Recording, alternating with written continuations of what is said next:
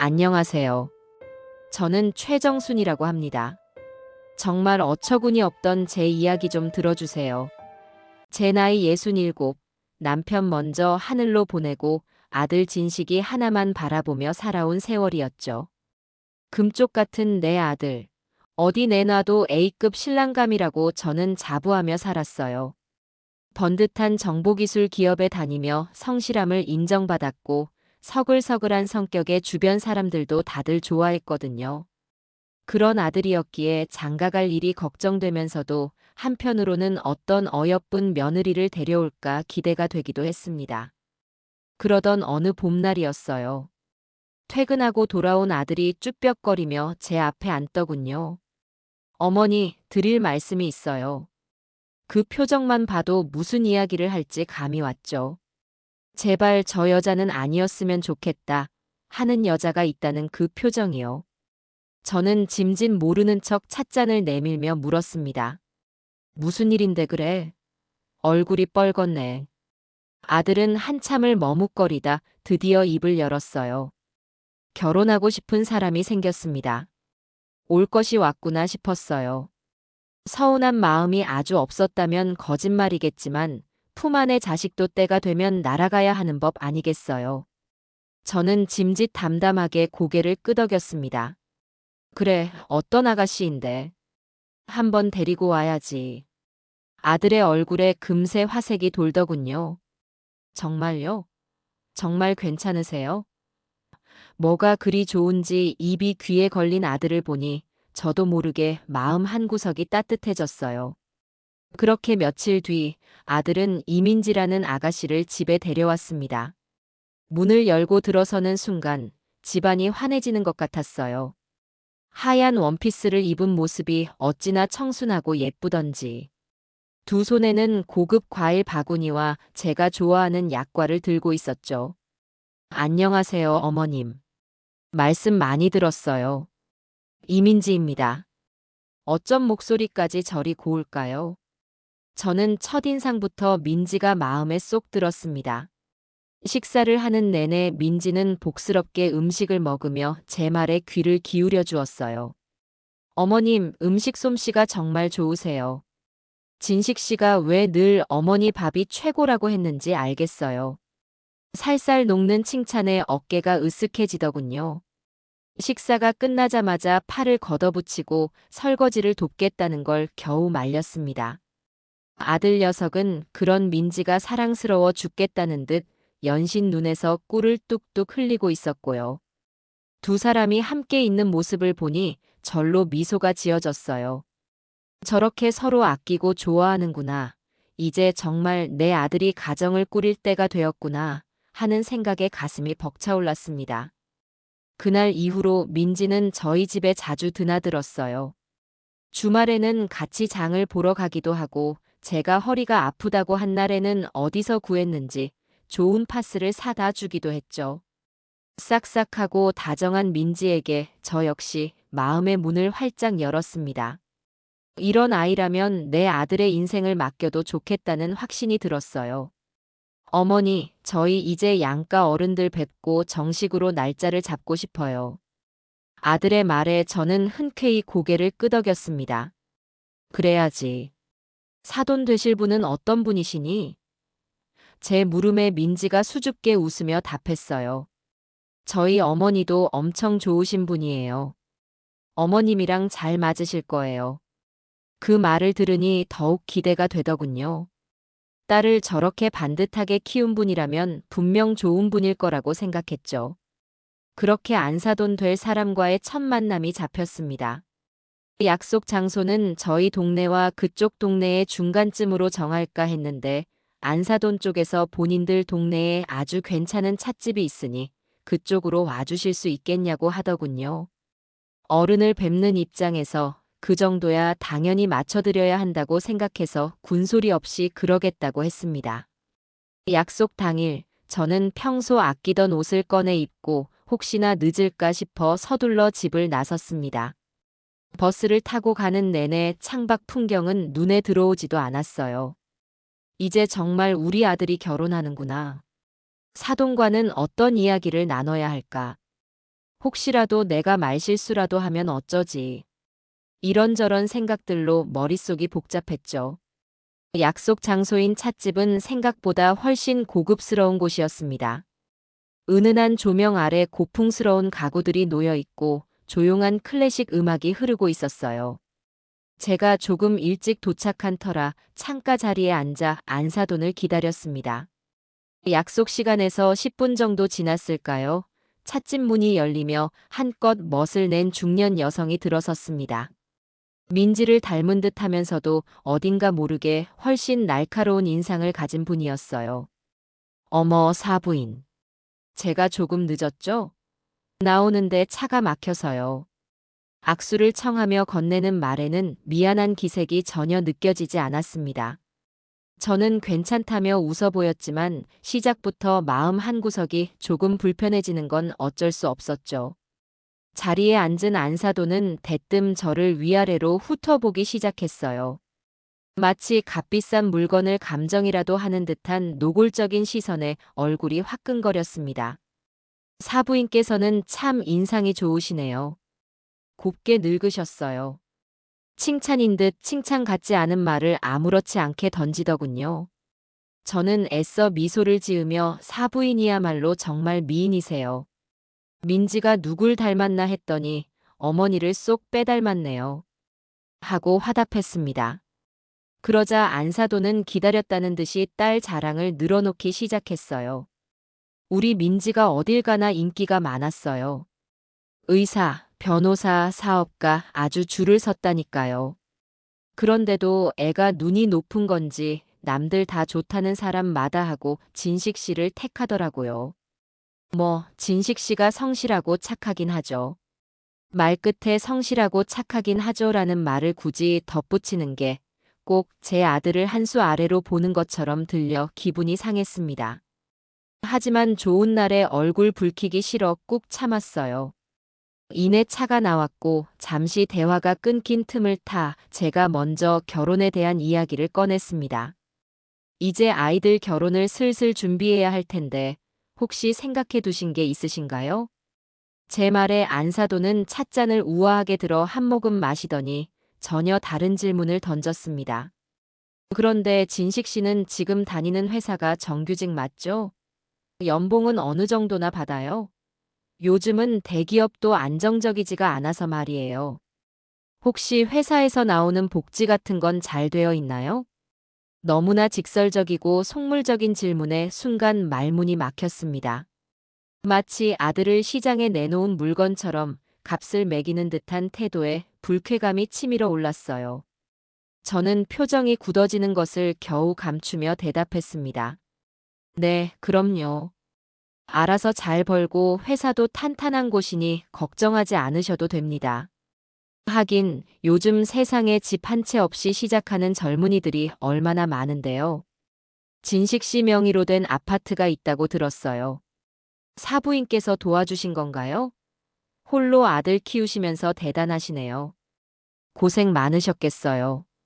위로를 가장한 무례한 말들이 쉴 새 없이 이어졌습니다.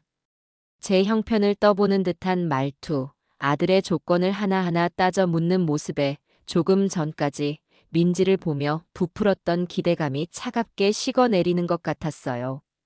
이 결혼, 다시 생각해봐야 하는 건 아닐까 하는 불안감이 엄습했습니다. 저는 어떻게든 대화를 다른 쪽으로 돌려보려고 애썼지만 안사도는 집요하게 아들의 경제력과 저희 집안의 재산에 대해서만 관심을 보였죠. 한참을 그렇게 불편한 대화가 오가던 중이었어요. 안사돈의 휴대폰이 요란하게 울렸고 어머 잠시만요. 하더니 자리에서 일어나 저쪽 구석으로 가서 통화를 하기 시작했어요. 덕분에 저에게는 숨막히는 대화에서 잠시 벗어날 시간이 주어졌죠. 저는 긴장으로 뻣뻣해진 목을 돌리며 마른 입술을 축이기 위해 찻잔으로 손을 뻗었습니다. 그런데 찻잔을 들어올리는 순간 손끝에 무언가 낯선 감촉이 느껴졌어요. 찻잔 받침 밑에 곱게 접힌 작은 종이 쪽지 하나가 붙어 있는 게 아니겠어요? 순간 심장이 쿵 하고 내려앉는 기분이었습니다. 이게 뭘까? 혹시 찻집에서 하는 이벤트 같은 건가? 아니면 누가 장난을 친 걸까? 저는 안사돈이 여전히 통화에 열중하고 있는 것을 확인하고 재빨리 쪽지를 떼어 손 안에 구겨 넣었습니다. 가슴이 미친 듯이 뛰기 시작했어요. 안사돈이 자리로 돌아오기 전에 빨리 확인해야 한다는 생각에 조급해졌습니다. 저는 짐진 물을 마시는 척하며 테이블 아래로 손을 내려 쪽지를 조심스럽게 펼쳤습니다. 작고 단정한 글씨체가 눈에 들어왔어요. 그리고 그 안에 적힌 내용을 읽는 순간 저는 숨을 쉴 수가 없었습니다. 세상의 모든 소리가 멀어지고 눈앞이 아찔해지는 것 같았죠. 이 결혼 다시 생각해 보세요. 저쪽 집과 사돈 되시면 후회하십니다. 짧은 두 문장이었지만 그 어떤 긴 글보다도 강렬하게 제 머리를 후려쳤습니다. 방금 전까지 안사돈의 무례한 태도를 겪으며 느꼈던 불쾌감과 불안감이 한순간에 거대한 확신으로 변하는 순간이었어요. 이건 단순한 장난이 아니었어요. 누군가가 저에게 보내는 절박한 경고였죠. 저는 떨리는 손으로 쪽지를 다시 접어 주머니 깊숙이 찔러 넣었습니다. 아무 일도 없었다는 듯 태연하게 앉아 있어야 하는데 심장이 터질 것처럼 쿵쾅거려 도저히 진정할 수가 없었어요. 대체 누가 왜 이런 쪽지를 저에게 남긴 걸까요? 따님 말고 어머님이 문제라는 말은 또 무슨 뜻일까요?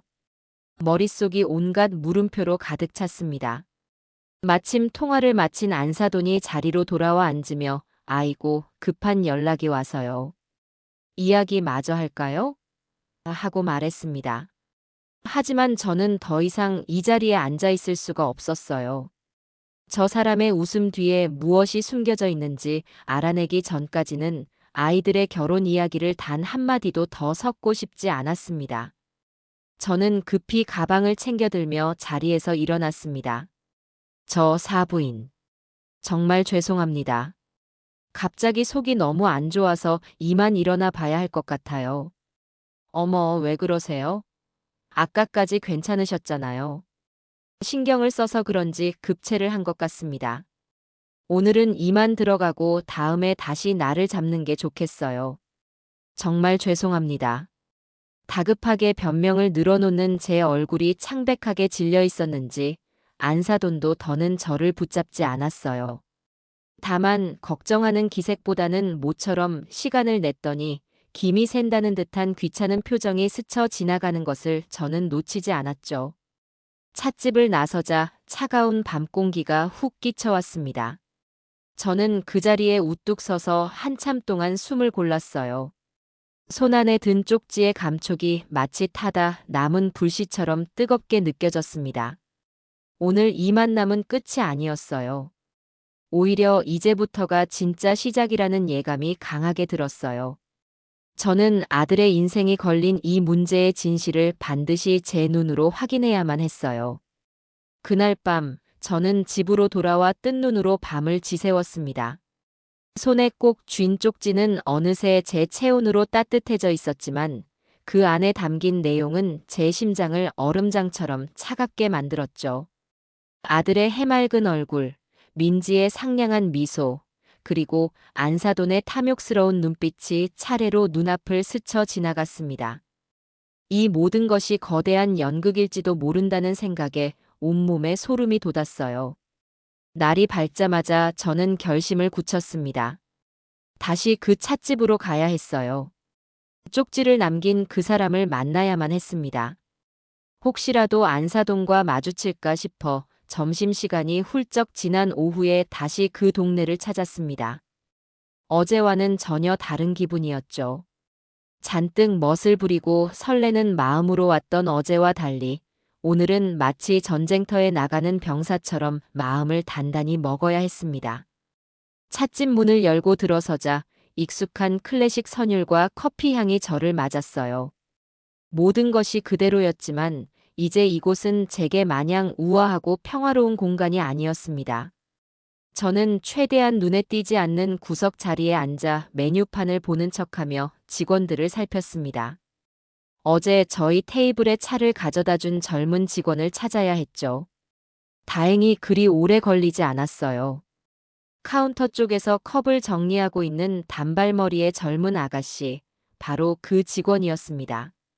제 시선을 느꼈는지 그 아가씨가 고개를 들었고 저와 눈이 마주치는 순간 어깨를 움찔하며 황급히 시선을 피하더군요. 바로 저 아가씨가 틀림없었어요. 저는 일부러 다른 직원에게 주문을 하고는 조용히 차를 마시며 기회를 엿봤습니다. 그 아가씨는 저를 의식하는지 자꾸만 이쪽을 힐끔거리면서도 좀처럼 가까이 오지는 않았어요. 아마 자신이 한 일이 발각될까봐 두려운 것이겠죠. 그 마음을 이해 못할 바는 아니었지만 저는 이대로 물러설 수가 없었습니다. 아들의 인생이 걸린 문제였으니까요. 한참을 기다리자 찻집이 조금 한산해졌습니다. 지금이 기회라고 생각했죠. 저는 자리에서 일어나 그 아가씨가 있는 카운터로 천천히 다가갔습니다. 인기척을 느낀 아가씨가 긴장한 얼굴로 저를 올려다보았어요. 저는 주변을 한번 살피고는 최대한 부드러운 목소리로 말을 걸었습니다. 저기 아가씨, 어제 혹시 저 기억해요? 아가씨는 입술을 잘근거리며 고개를 작게 끄덕였습니다. 저는 품속에서 고이 간직했던 쪽지를 꺼내 살며시 내밀었어요. 이거 아가씨가 준 거 맞죠? 쪽지를 본 아가씨의 얼굴이 하얗게 질렸습니다. 무슨 저는 모르는 일입니다. 당황한 목소리로 부인하며 뒷걸음질 치더군요. 저는 그런 아가씨의 팔을 붙잡는 대신 더욱 간절한 눈빛으로 바라보며 말했습니다. 아가씨가 왜 이런 위험을 무릅쓰고 나한테 이걸 줬는지 그 마음을 조금은 알 것 같아요. 나 정말 괜찮아요. 그냥 너무 궁금해서 그래. 우리 아들 인생이 걸린 문제라 제발 뭐라도 좋으니 알려줄 수 없을까요? 내가 아가씨한테 절대 피해가는 일 없게 할게요. 약속해요. 제 진심이 느껴졌는지 아가씨의 눈빛이 흔들리기 시작했습니다. 한참을 망설이던 아가씨는 작은 목소리로 잠시 후에 제 쉬는 시간이니 그때 밖에서 잠깐 뵐 수 있을까요? 하고 말했습니다. 구세주라도 만난 기분이었어요. 저는 몇 번이고 고개를 끄덕이며 다시 자리로 돌아왔습니다. 남은 차를 마시는 10여 분의 시간이 마치 몇 시간처럼 길게 느껴졌죠. 잠시 후 유니폼을 벗고 평상복으로 갈아입은 아가씨가 찻집 뒷문으로 나가는 것을 보고 저도 조용히 뒤따라 나갔습니다. 찻집 뒤편의 좁은 골목에서 우리는 다시 마주 섰어요. 아가씨는 자신을 박소희라고 소개했습니다. 사실 어제 쪽지를 드리고 나서 하루 종일 마음이 불안했어요. 괜히 오지랖 부려서 다른 사람 인생에 끼어든 건 아닌가 하고요. 아니에요. 정말 고마워요, 소희 씨. 평생을 은인으로 생각할 거예요. 대체 무슨 일이 있었던 건가요? 그 사람 민지 엄마 말이에요. 제 질문에 소희 씨는 깊은 한숨을 내쉬더니 그동안 쌓아뒀던 이야기를 하나씩 풀어놓기 시작했습니다. 그 아주머니, 저희 가게에서는 거의 요주의 인물이에요. 일주일에 두세 번은 꼭 오시는데 올 때마다 무언가 트집을 잡으시거든요. 커피가 식었다, 케이크가 맛이 없다, 옆 테이블이 시끄러워서 기분을 망쳤다, 정말 사소한 걸로요. 그러고는 꼭 서비스를 요구하시거나 계산을 안 하려고 하세요. 듣고 보니 어제 제게 했던 무례한 행동들은 빙산의 일각에 불과했던 겁니다. 소희 씨의 이야기는 계속되었습니다. 처음에는 저희 사장님도 좋게 좋게 넘어가려고 했는데 이게 한두 번이 아니니까요. 그런데 정말 기가 막혔던 건 얼마 전에 있었던 일이에요. 그날은 따님, 그러니까 민지 씨랑 같이 왔더라고요. 민지의 이름이 나오자 저는 저도 모르게 마른 침을 삼켰습니다. 같이 와서 뭘 어쨌는데요?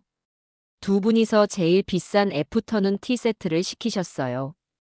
2인에 7만 원이 넘는 메뉴죠. 이런저런 이야기를 나누면서 케이크랑 샌드위치를 정말 맛있게 다 드시더라고요. 접시가 거의 다 비워질 무렵이었어요. 갑자기 그 아주머니가 어머, 이게 뭐야? 하고 소리를 지르는 거예요. 뭐가 있었는데요? 다 먹은 케이크 접시 위에 아주 작은 날벌레 한 마리가 앉아 있더래요. 그런데 그게 음식이 나올 때부터 있었던 건지 아니면 나중에 날아와 앉은 건지 알 수가 없잖아요. 그런데도 막무가내로 위생이 엉망이라며 비싼 돈 내고 벌레나 먹게 생겼다고 난리를 치시는 거예요. 기가 막혔습니다. 하지만 더 충격적인 것은 그 다음 이야기였어요. 옆에 있던 민지 씨는 어쩔 줄 몰라 하는 표정으로 엄마, 그만해. 사람들이 보잖아 하고 말리는 것처럼 보였어요. 그런데 그 다음 행동이 더 가관이었죠. 갑자기 배를 붙잡으면서 엄마, 나 속이 안 좋아. 아까 먹은 것 때문에 그런가 봐. 어떻게 하면서 얼굴이 하얘지는 거예요. 누가 봐도 완벽한 연기였어요. 저는 아무 말도 할 수 없었습니다. 상냥하고 싹싹하던 민지의 얼굴 위로 능숙하게 거짓 연기를 하는 다른 얼굴이 겹쳐 보였습니다. 결국 그날 사장님은 다른 손님들 눈도 있고 해서 돈도 한 푼 못 받고 죄송하다며 다음에 오시면 쓰시라고 상품권까지 챙겨드렸어요. 그런데 두 사람이 가게를 나가면서 서로를 보며 슬쩍 웃는데 제가 그걸 똑똑히 봤거든요. 자기들 계획대로 됐다는 그런 비웃음이었어요. 그 순간 정말 화가 나고 역겹다는 생각까지 들었어요. 소희 씨는 분이 안 풀리는지 주먹을 꽉 쥐고 있었어요. 그래서 어제 두 분이 들어오시는 걸 보고 고민을 많이 했어요. 그냥 모른 척 해야 하나 아니면 알려드려야 하나. 그런데 어머님 인상이 너무 좋아 보이셨고 아무것도 모르고 당하실 생각을 하니 도저히 그냥 있을 수가 없었어요. 따님은 그렇다 쳐도 저런 사람이랑 사돈을 맺으면 얼마나 힘드실까 싶어서요. 모든 이야기를 듣고 나니 온몸에 힘이 쭉 빠지는 기분이었습니다. 희미했던 의심은 이제 서늘한 확신이 되어 제 심장을 찔렀습니다. 이건 단순한 무례함이나 짠돌이 기질의 문제가 아니었어요. 양심의 가책 없이 남을 속이고 자신의 이득을 챙기는 그야말로 사기꾼 기질이 다분한 사람들이었던 겁니다. 그리고 그 일에 제 아들이 사랑하는 민지가 함께했다는 사실이 저를 더욱 절망스럽게 만들었죠. 저는 소희 씨의 손을 꼭 잡았습니다. 정말 고마워요. 소희 씨 아니었으면 나 정말 큰일 날 뻔했어요. 이 은혜는 절대로 잊지 않을게요. 제 말에 소희 씨는 그저 쑥스럽게 웃으며 고개를 저을 뿐이었어요. 우리는 그렇게 한참을 더 이야기를 나누었습니다.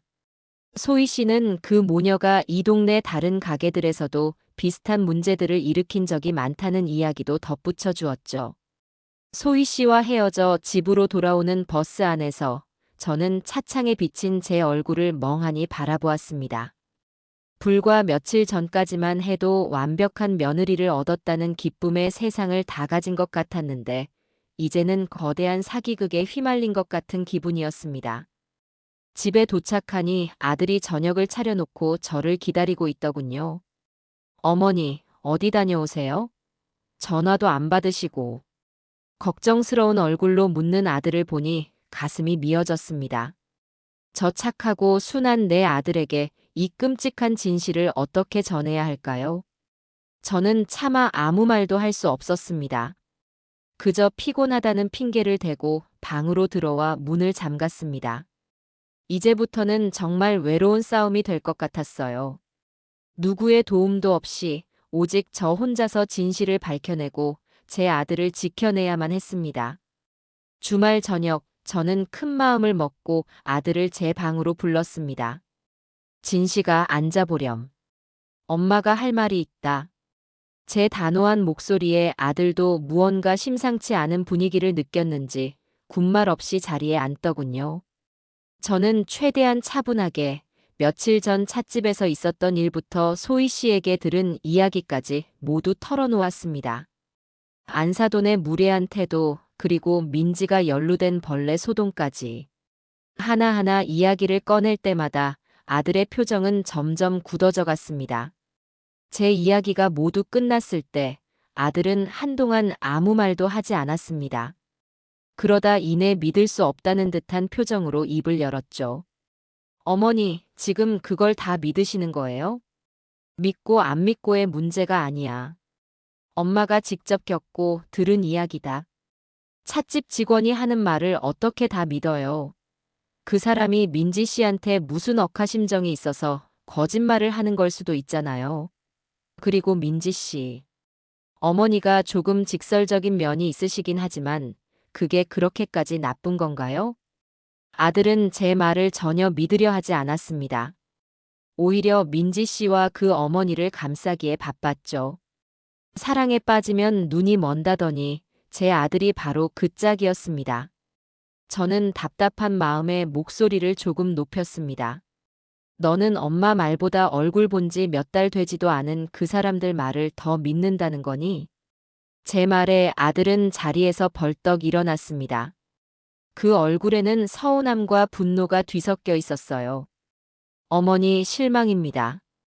겨우 그런 뜬소문 같은 이야기 듣고 민지 씨를 그런 사람으로 몰아가시는 거예요? 혹시 처음부터 민지 씨가 마음에 안 드셨던 거 아니에요? 우리 집 형편이랑 안 맞는다거나 뭐 그런 이유 때문에요. 아들의 입에서 나온 말은 비수가 되어 제 가슴에 꽂혔습니다. 내가 어떻게 키운 아들인데 어떻게 저런 말을 할 수가 있을까요? 제가 바라는 건 오직 아들의 행복뿐인데 아들은 제 진심을 곡해하고 있었습니다. 너 지금 뭐라고 했니? 엄마가 그런 속물로 보여. 그런 게 아니라면 왜 이러세요? 민지 씨, 정말 착하고 좋은 사람이에요. 어머니도 좋아하셨잖아요. 그런데 갑자기 왜 이러시는 건지 저는 도저히 이해가 안 가요. 결국 우리의 대화는 언성만 높이다 끝이 나고 말았습니다. 아들은 저는 민지 씨 믿습니다. 어머니께서도 색안경 끼고 보지 말아주세요라는 말을 남기고는 제 방을 나가버렸습니다. 쾅 하고 닫히는 방문 소리가 마치 아들이 제게서 마음의 문을 닫아버리는 소리처럼 들렸습니다. 저는 그 자리에 주저앉아 한참을 울었습니다. 아들을 위한 일이라고 생각했는데 오히려 아들과 저 사이의 꼴만 깊어지고 말았어요. 그날 이후 집안에는 냉랭한 기운이 감돌았습니다. 아들은 저와 눈도 마주치려 하지 않았고 퇴근하면 곧장 자기 방으로 들어가 버리기 일쑤였죠. 이대로는 안 되겠다고 생각했습니다. 아들의 마음을 돌리기 위해서는 말뿐인 설득이 아니라 아들이 직접 보고 느낄 수 있는 확실한 증거가 필요했어요. 저는 계획을 하나 세웠습니다. 민지의 진짜 얼굴을 아들 앞에서 확인시켜 주기로요. 저는 아무렇지 않은 척 아들에게 말했습니다. 진식아, 엄마가 지난번에 너무 예민하게 굴었던 것 같다. 미안하다. 이번 주말에 민지 불러서 맛있는 저녁이나 해 먹을까? 엄마가 사과도 할 겸. 제 말에 아들의 얼굴이 그제야 조금 풀어지더군요. 정말요? 그렇게 생각해 주시니 다행이에요. 민지 씨한테 제가 연락할게요. 주말 저녁 민지는 예전처럼 밝은 얼굴로 저희 집에 찾아왔습니다. 마치 아무 일도 없었다는 듯이요. 어머님, 지난번에 몸은 괜찮으셨어요? 진식 씨한테 얘기 듣고 걱정 많이 했어요.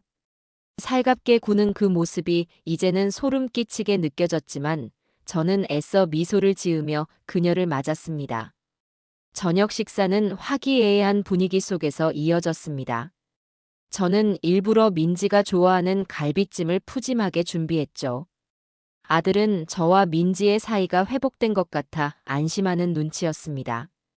식사가 거의 끝나갈 무렵, 저는 계획을 실행에 옮겼습니다. 후식으로 과일을 내오다가 일부러 발을 헛디디는 척하며 제 옆에 있던 낡은 장식장과 부딪혔어요. 와장창 하는 소리와 함께 장식장 위에 놓여있던 오래된 도자기 접시가 바닥으로 떨어져 산산조각이 났습니다. 어머나! 제가 놀라 소리를 지르자 아들과 민지가 동시에 저를 쳐다보았습니다. 아들이 먼저 달려와 어머니 괜찮으세요? 다친 데는 없으세요? 하고 제 몸부터 살폈습니다. 하지만 민지의 반응은 조금 달랐어요. 그녀의 시선은 제가 아니라 바닥에 깨진 접시 조각에 먼저 가 닿았습니다. 어머, 저 접시 비싸 보이는 건데 어떡해요? 물론 걱정하는 말투였지만 그 안에는 미묘한 안도감이 섞여 있다는 것을 저는 느낄 수 있었습니다. 저 접시는 사실 값비싼 골동품이 아니라 제가 길거리 좌판에서 단돈 10,000원에 사온 싸구려였습니다. 하지만 겉보기에는 꽤 그럴싸해 보였죠. 저는 민지의 속마음을 떠보기 위해 일부러 더 안절부절 못하는 척 연기했습니다. 이거 우리 집안 대대로 내려오던 건데. 돌아가신 시어머니께서 물려주신 걸 어쩌면 좋니? 제 말에 민지의 얼굴이 순간 굳어지는 것이 보였습니다. 아주 찰나의 순간이었지만 그 표정은 분명 저런 비싼 걸 깨뜨리다니 쯧쯧하는 듯한 경멸과 짜증이 섞인 얼굴이었어요. 하지만 그녀는 금세 표정을 바꾸고는 걱정스러운 얼굴로 저를 위로했습니다. 어머님, 너무 상심하지 마세요. 물건이야 다시 구하면 되죠. 어머님이 안 다치신 게 천만다행이에요. 겉으로는 완벽한 위로였지만 저는 그녀의 진심이 무엇인지 알 수 있었죠. 바로 그때였습니다. 민지의 핸드백에서 전화벨이 울렸습니다. 발신인을 확인한 그녀의 얼굴이 살짝 굳어지더니 어머님, 죄송한데 저 잠깐 통화 좀 하고 와도 될까요? 중요한 전화라서요. 하고 양해를 구했습니다. 저는 그러라고 고개를 끄덕였죠. 민지는 베란다로 나가 문을 닫고 전화를 받기 시작했습니다. 아들이 깨진 접시 조각을 치우는 동안 저는 잠시 화장실에 다녀오겠다며 자리에서 일어났습니다. 그리고는 발소리를 죽여 베란다 문 쪽으로 조용히 다가갔어요. 남의 통화를 엿듣는 것은 나쁜 행동이라는 것을 알았지만 지금은 그런 것을 따질 때가 아니었습니다. 희미하게 열린 문틈으로 민지의 목소리가 새어나오고 있었어요. 그런데 그 목소리는 제가 알던 상냥하고 애교 섞인 톤이 아니었습니다. 아주 날카롭고 짜증이 가득한 완전히 다른 사람의 목소리였죠. 아, 엄마. 왜 자꾸 전화해? 내가 나중에 한다고 했잖아. 안사돈의 전화였던 겁니다. 아니, 지금 그럴 상황이 아니라고. 여기 와서 완전 쇼를 하고 있는데, 그 늙은이가 글쎄 집안 대대로 내려오는 접시라나 뭐라나 그런 걸 깨뜨렸어. 아주 가관이야. 무슨 값을 매길 수도 없는 거라는데 나중에 우리한테 덤터기 씌우려는 거 아니야? 진짜 재수 없어. 저는 제 귀를 의심했습니다. 방금 전까지 저를 위로하던 그 입으로 저를 늙은이라고 칭하며 재수 없다고 말하고 있었습니다. 심장이 얼음물에 담긴 것처럼 차가워졌습니다. 됐고. 그런 건 나중에 알아서 할 테니까 자꾸 전화 좀 하지 마. 안 그래도 지금 저 아들놈 비위 맞추느라 피곤해 죽겠으니까. 아, 몰라. 끊어. 민지는 신경질적으로 전화를 끊었습니다. 그리고 잠시 후 언제 그랬냐는 듯 다시 상냥한 얼굴로 베란다 문을 열고 나왔죠. 저와 눈이 마주치자 그녀는 살짝 놀란 듯 했지만 이내 태연하게 웃으며 말했습니다. 어머님, 화장실 다녀오세요. 접시는 진식 씨가 다 치웠어요. 저는 아무 말도 할 수가 없었습니다. 그저 그 자리에 얼어붙은 채 완벽한 가면을 쓰고 저를 향해 웃고 있는 민지를 바라볼 뿐이었어요. 아들은 아무것도 모른 채 민지야, 이리 와서 과일 좀 먹어 하고 손짓하고 있었죠. 그 순간 저는 깨달았습니다. 제 아들이 지금 얼마나 위험하고 거대한 거미줄에 걸려들었는지를요. 그리고 그 거미줄을 끊어낼 수 있는 사람은 이 세상에 저밖에 없다는 사실을 말입니다. 그날 밤 민지가 돌아간 후에도 저는 오랫동안 잠을 이룰 수 없었습니다.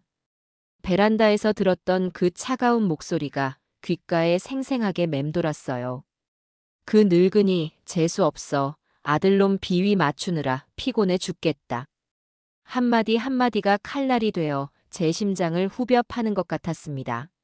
아들의 앞에서 보여주던 그 모든 상냥함과 애교가 전부 계산된 연기였다는 사실에 온몸이 부들부들 떨렸죠. 이제는 물러설 곳이 없었습니다. 아들이 잠시 속고 있는 것이라고 민지는 착한데 엄마 때문에 어쩔 수 없이 끌려다니는 것이라고 믿고 싶었던 마지막 희망마저 산산조각이 났습니다. 그들은 한통속이었어요. 작정하고 우리 아들에게 우리 집안에 빨대를 꽂으려는 사람들이었습니다. 하지만 제가 엿들은 통화 내용만으로는 부족했어요. 아들에게 민지가 너를 아들놈이라고 부르며 내 험담을 하더라라고 말해봤자 어머니가 엿들은 걸 어떻게 믿냐며 또다시 저를 이상한 사람으로 몰아갈 게 뻔했습니다. 다음 날 저는 결심했습니다. 더 객관적이고 확실한 증거를 찾아야겠다고요. 그러기 위해서는 다시 그 동네로 가야 했습니다. 찻집 직원이었던 소희 씨의 말에 따르면 그 모녀는 동네의 다른 가게들에서도 비슷한 문제를 일으켰다고 했으니까요. 저는 이번에는 형사처럼 잠복하고 탐문해서라도 그들의 실체를 파헤치기로 마음먹었습니다. 며칠 뒤 저는 평범한 동네 주민처럼 보이기 위해 일부러 편안한 옷차림으로 갈아입고 다시 안사돈의 동네를 찾았습니다. 지난번처럼 찻집으로 직행하는 대신 동네에서 가장 사람이 많이 모이는 재래시장부터 둘러보기 시작했어요. 과일 가게에 들러 귤 한 봉지를 사면서 슬쩍 말을 걸어보기도 하고 반찬 가게에서 나물을 고르며 동네 소식을 묻는 척하기도 했죠. 제가 이 근처로 이사 올까 생각 중인데 동네 분위기는 어떤가요? 살기 괜찮아요? 그럼요. 우리 동네만큼 살기 좋은 데도 없어요. 사람들도 다들 좋고 있을 것도 다 있고요. 상인들은 모두 자신의 동네를 자랑하기에 바빴습니다. 그들에게 대놓고 특정인의 험담을 유도할 수는 없는 노릇이라 저는 몇 군데를 더 돌아다니다가 시장 근처의 작은 공원 벤치에 앉아 잠시 숨을 골랐습니다. 생각보다 쉽지 않은 일이었어요. 모르는 사람에게 다가가서 의심스러운 사람에 대해 캐묻는다는 것이 보통 배짱으로는 힘든 일이더군요. 내가 지금 뭘 하고 있는 건가 하는 자괴감마저 들었습니다. 그렇게 한참을 멍하니 앉아 있는데 제 옆으로 비슷한 연배로 보이는 한 아주머니가 다가와 앉았습니다. 손에는 방금 장을 본 듯한 검은 봉투가 들려 있었죠. 아이고 힘들어라. 날도 더운데 장 보러 나왔더니 기운이 하나도 없네. 혼잣말처럼 중얼거리는 소리에 제가 무심코 그러게요. 날이 갑자기 더워졌네요. 하고 대꾸하면서 자연스럽게 대화가 시작되었습니다. 우리는 날씨 이야기부터 시작해서 자식들 이야기, 요즘 물가 이야기까지 처음 만난 사람이라고는 믿기지 않을 만큼 편안하게 이야기를 나누었어요. 그러다 문득 지금이 기회일지도 모른다는 생각이 들었습니다. 저는 사실 곧 이 동네로 며느리를 얻게 될 것 같아서 동네 구경도 할 겸 미리 와봤어요. 어머, 잘 오셨네. 어느 댁 아가씨인데 그래요? 아주머니의 물음에 저는 심호흡을 한번 하고 조심스럽게 그 이름을 꺼냈습니다. 이민지라고 혹시 아시려나요? 어머니 성함은 잘 모르겠는데.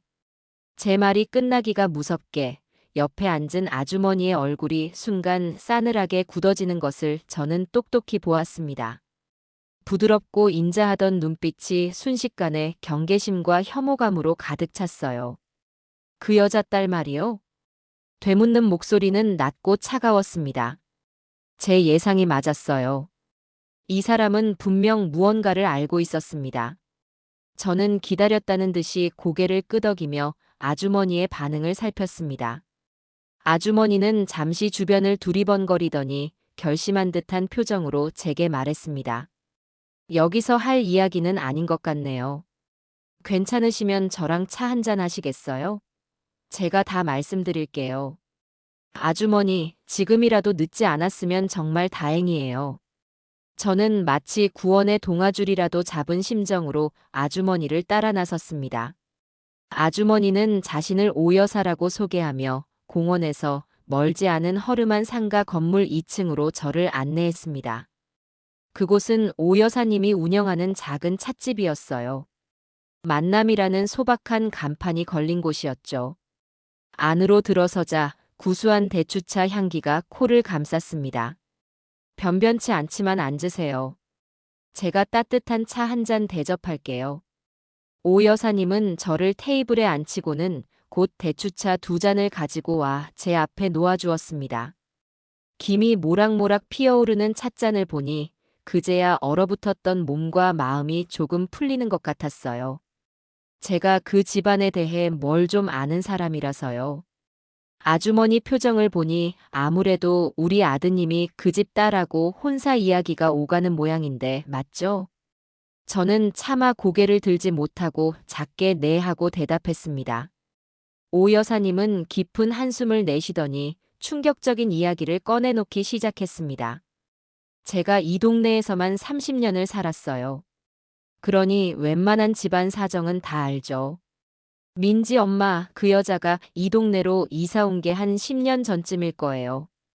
처음에는 어찌나 싹싹하고 교양 있게 굴던지 동네 사람들도 다들 좋은 사람이 이사 왔다고 좋아했죠. 오 여사님의 이야기는 제가 처음 안사돈을 만났을 때의 느낌과 비슷했습니다. 그렇게 동네 사람들과 친분을 쌓더니 어느 날부터인가 푼돈이라도 굴려보자며 개를 조직하기 시작했어요. 은행 이자보다 훨씬 이율이 좋다면서요. 저도 그때는 그 여자의 말을 철석같이 믿고 쌈짓돈 모아둔 걸 전부 그 개에 넣었죠. 저뿐만이 아니에요. 시장 상인들, 동네 부녀회 사람들까지 20명 가까이가 그 개에 가입했어요. 저는 불길한 예감에 심장이 내려앉는 것 같았습니다. 오 여사님은 찻잔을 들어 입을 축이더니 떨리는 목소리로 말을 이어갔습니다. 한동안은 정말 아무 문제 없이 잘 굴러가는 것 같았어요. 그런데 몇몇 사람들이 갯돈을 타갈 순서가 다가오자 그 여자가 갑자기 자취를 감춰버렸어요. 전화도 안 받고 집에도 없고 며칠을 수소문한 끝에 알게 됐죠. 그 여자가 갯돈 전부를 들고 야반도주했다는 사실을요. 세상에. 피해 금액만 전부 합쳐서 수억 원이었어요. 누구는 가게 보증금을 넣었고 누구는 자식 대학 등록금을 넣었죠. 저 역시 남편 퇴직금 일부를 넣었다가 몽땅 날렸고요. 동네가 그야말로 발칵 뒤집혔어요.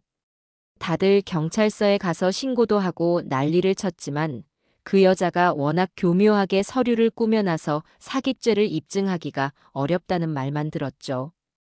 결국 돈 한 푼 돌려받지 못하고 다들 빚더미에 앉게 된 사람도 여럿이에요. 기가 막힌 이야기였습니다. 단순히 남의 가게에서 행패를 부리는 수준을 넘어 여러 사람의 인생을 망가뜨린 파렴치한 범죄자였던 겁니다. 그런데 더 기가 막힌 건 뭔지 아세요? 그렇게 몇 년 동안 숨어 지내던 그 여자가 얼마 전에 다시 이 동네에 나타났다는 거예요. 아무 일도 없었다는 듯이 아주 뻔뻔한 얼굴로요. 법적으로는 이미 공소시효도 다 끝나서 어쩔 도리가 없었죠. 그 여자 얼굴만 보면 지금도 치가 떨리는데 마주칠 때마다 웃으면서 인사를 건네요. 속에서는 천불이 나는데도 어쩌겠어요. 오 여사님은 분을 사귀지 못하는지 가슴을 주먹으로 툭툭 쳤습니다. 저는 그런 오 여사님의 손을 꼭 잡아주었습니다. 그동안 얼마나 억울하고 원통했을까요? 그 마음이 고스란히 제게도 전해져 오는 것 같았습니다.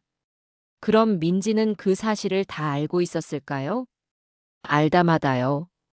그때 민지가 고등학생이었는데 제 엄마가 무슨 짓을 하고 다니는지 똑똑히 알고 있었어요. 오히려 엄마가 훔친 돈으로 명품 옷 사입고 아무렇지 않게 학교에 다니던 애예요. 그 피가 어디 가겠어요. 그 엄마의 그 딸인 거죠. 오 여사님의 마지막 말은 제 가슴에 확인 사살처럼 박혔습니다. 이제 모든 퍼즐 조각이 맞춰졌습니다. 교양 있는 척하는 가면 뒤에 숨겨진 추악한 탐욕, 상냥한 미소 뒤에 감춰진 교활한 계산. 그 모녀는 평범한 사람들이 아니었습니다.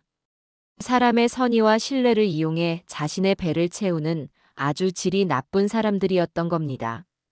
그리고 이제 그들의 다음 목표가 바로 제 아들, 진식이었던 거죠. 저는 오 여사님께 제가 겪었던 일들, 찻집에서 받은 쪽지부터 아들의 완고한 태도, 그리고 민지의 두 얼굴을 목격했던 순간까지 모두 털어놓았습니다. 제 이야기를 듣는 내내 오 여사님은 제 손을 꼭 잡고 함께 분개하고 안타까워해 주셨죠. 그것 봐요. 내 말이 맞잖아요. 그 어미의 그 딸이라고. 보통 내기들이 아니라니까요. 아주 작정하고 아드님한테 접근한 게 틀림없어요. 이제 어쩌면 좋죠? 제 아들은 제 말을 한마디도 믿으려 하지 않아요. 제가 엿들은 통화 내용 같은 건 증거가 될 수도 없고요. 막막한 제 심정을 토로하자 오 여사님은 잠시 생각에 잠기시더니 이내 결심한 듯한 얼굴로 말씀하셨습니다. 혼자서는 힘들어요. 아주머니 괜찮으시다면 내가 사람들을 좀 만나보게 해드릴까요? 우리처럼 그 여자한테 당한 사람들이에요. 여러 사람의 목소리가 모이면 아드님도 생각이 조금은 달라지지 않겠어요? 지푸라기라도 잡는 심정으로 저는 오 여사님의 제안을 받아들였습니다. 며칠 뒤 저는 오 여사님의 연락을 받고 다시 그 작은 찻집 만남으로 향했습니다. 가게 문에는 개인 사정으로 하루 쉽니다라는 팻말이 붙어 있었어요. 문을 열고 안으로 들어서자 이미 서너 명의 사람들이 무거운 표정으로 자리에 앉아 있었습니다. 오 여사님이 저를 그들에게 소개했습니다. 여기 이분도 우리랑 같은 아픔을 겪을 뻔한 분이셔. 그 여자한테 아드님을 뺏길 뻔했지. 자리에 모인 사람들은 과거 갯돈 사기 사건의 피해자들이었습니다. 시장에서 평생 나물 장사를 해온 할머니, 세탁소를 운영하는 젊은 부부, 그리고 동네에서 작은 미용실을 하던 아주머니까지. 그들은 처음에는 저를 경계하는 눈빛으로 바라보았지만 오 여사님의 소개와 저의 간절한 눈빛에 이내 조금씩 마음을 열기 시작했습니다. 나물 장사를 하시는 박 할머니가 가장 먼저 입을 열었습니다. 그년을 생각하면 지금도 밤에 잠이 안 와. 손주 녀석 장가갈 때 쓰려고 평생 허리 한번 못 펴고 모은 돈이었는데 그걸 하루아침에 날렸으니 처음에는 얼마나 싹싹하게 굴었다고. 매일같이 와서 나물 팔아주고 어깨 주물러주고 살갑게 어머니, 어머니 하면서 따르는데 어떤 바보가 안 넘어가겠어. 할머니의 눈가에는 어느새 눈물이 그렁그렁 맺혀 있었습니다. 세탁소를 운영하는 젊은 사장님은 조금 다른 경우였습니다. 저는 개는 아니고 투자 사기를 당했습니다. 그 여자가 무슨 유망한 사업 아이템이 있다면서 지금 투자하면 몇 달 안에 2배로 불려주겠다고 했어요. 가게 확장하려고 모아둔 돈이었는데 제가 미쳤었죠. 그 여자의 번지르르한 말에 속아서 계약서까지 쓰고 돈을 넘겼는데 그 뒤로는 연락이 딱 끊기더군요. 경찰에 신고도 했지만 결국 돈은 한 푼도 못 찾았습니다. 한 사람씩 자신의 사연을 털어놓을 때마다 찻집 안의 공기는 점점 더 무겁게 가라앉았습니다. 모두의 이야기에는 공통점이 있었어요. 처음에는 지극히 선량하고 교양 있는 얼굴로 접근해서 신뢰를 쌓은 뒤 가장 절실한 부분을 파고들어 모든 것을 빼앗아갔다는 것이죠. 저는 그들의 이야기를 들으며 민지가 제 아들에게 접근했던 방식을 떠올렸습니다. 모든 것이 소름 끼칠 정도로 똑같았어요. 모임이 끝나갈 무렵, 저는 그들에게 제 계획을 이야기했습니다. 저는 이 결혼 반드시 막을 겁니다. 제 아들의 눈을 뜨게 해줄 증거를 찾을 거예요. 혹시 저를 좀 도와주실 수 있을까요? 여러분이 겪으신 일들을 제 아들 앞에서 증언해 주실 수 있겠어요? 제 말에 잠시 침묵이 흘렀습니다. 이미 지난 상처를 다시 들추는 것이 누구에게나 고통스러운 일일 테니까요. 하지만 가장 먼저 오 여사님이 제 손을 잡으며 말했습니다. 나는 하겠어요. 더 이상 우리 같은 피해자가 나와서는 안 되지. 나라도 나서서 그 여자들의 정체를 밝히는데 힘을 보태야겠어. 오 여사님의 말에 다른 사람들도 하나둘씩 고개를 끄덕이기 시작했습니다. 그 순간 저는 혼자가 아니라는 생각에 뜨거운 눈물이 핑 돌았습니다. 집으로 돌아온 저는 곧장 컴퓨터를 켰습니다. 피해자들의 이야기를 듣고 나니 문득 민지의 SNS가 다시 보고 싶어졌어요. 이전에는 그저 분수에 맞지 않는 사치를 하는구나 정도로만 생각했지만 이제는 그 사진 하나하나가 전부 피해자들의 피눈물로 보였습니다. 저는 스크롤을 내려 민지의 몇 년치 게시물을 샅샅이 훑어보기 시작했습니다. 사진 속의 민지는 언제나 화려했습니다. 유럽의 아름다운 도시를 배경으로 활짝 웃고 있었고 최고급 호텔 레스토랑에서 값비싼 음식을 먹고 있었으며 손목에는 제가 평생 벌어도 사기 힘든 명품 시계가 번쩍이고 있었죠. 저는 그저 부러운 눈으로 사진을 보는 대신 사진이 올라온 날짜와 장소를 하나하나 기록하기 시작했습니다. 그리고 제가 기록한 내용을 세탁소 사장님이 알려준 투자 사기 피해 날짜와 박 할머니의 갯돈이 사라진 시점과 비교해 보았습니다. 결과는 놀라웠습니다. 세탁소 사장님이 돈을 잃은 지 불과 2주 뒤 민지는 급 파리 여행, 힐링이 필요해라는 글과 함께 에펠탑 앞에서 찍은 사진을 여러 장 올렸습니다. 박 할머니의 갯돈이 증발한 한 달 뒤에는 나에게 주는 선물이라며 수백만 원짜리 명품 가방 사진을 자랑했더군요. 우연이라고 하기에는 시기가 너무나 정확하게 맞아떨어졌습니다. 저는 등골이 서늘해지는 것을 느꼈습니다. 그동안 그 모녀가 어떤 식으로 살아왔는지 눈에 선하게 그려졌어요. 엄마가 밖에서 온갖 감언이설로 사람들을 속여 돈을 마련하면 딸은 그 돈으로 자신의 가치를 포장하고 더 큰 먹잇감을 물어올 미끼를 던지는 역할을 했던 겁니다. 민지의 화려한 SNS는 모두에게 보여주기 위한 일종의 작업이었던 거죠. 나는 이렇게 잘나고 대단한 사람이니 나를 잡는 너는 행운하다라고 세뇌하기 위한. 그리고 제 아들 진식이가 바로 그 마지막 미끼를 덥석 문 불쌍한 물고기였고요. 저는 A4 용지를 꺼내 그동안 제가 알아낸 모든 것들을 정리하기 시작했습니다.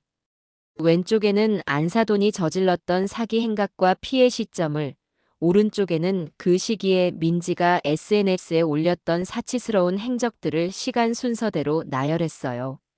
마치 수사 보고서처럼 보였습니다. 종이를 가득 채운 글씨들을 보고 있자니 그 모녀에 대한 분노가 머리끝까지 치밀어 올랐습니다. 이건 단순한 허영이나 사치가 아니었어요. 철저하게 계획된 범죄 행각의 증거였습니다. 그들은 결혼을 통해 제 아들의 안정적인 수입과 저희 집안의 재산을 합법적으로 손에 넣으려 했던 겁니다. 그렇게 모든 것을 빼앗은 뒤에는 껍데기만 남은 제 아들을 가차없이 버릴 것이 분명했죠. 어쩌면 또 다른 빚까지 떠넘길지도 모를 일이었습니다. 그날 밤 저는 완성된 수사 보고서를 손에 들고 결심했습니다. 이제 더 이상 망설일 시간이 없다고요. 아들이 상처받을 것이 두려워 진실을 외면해서는 안 된다고, 지금의 고통이 아들의 남은 인생을 구원할 유일한 방법이라고 스스로를 다잡았습니다.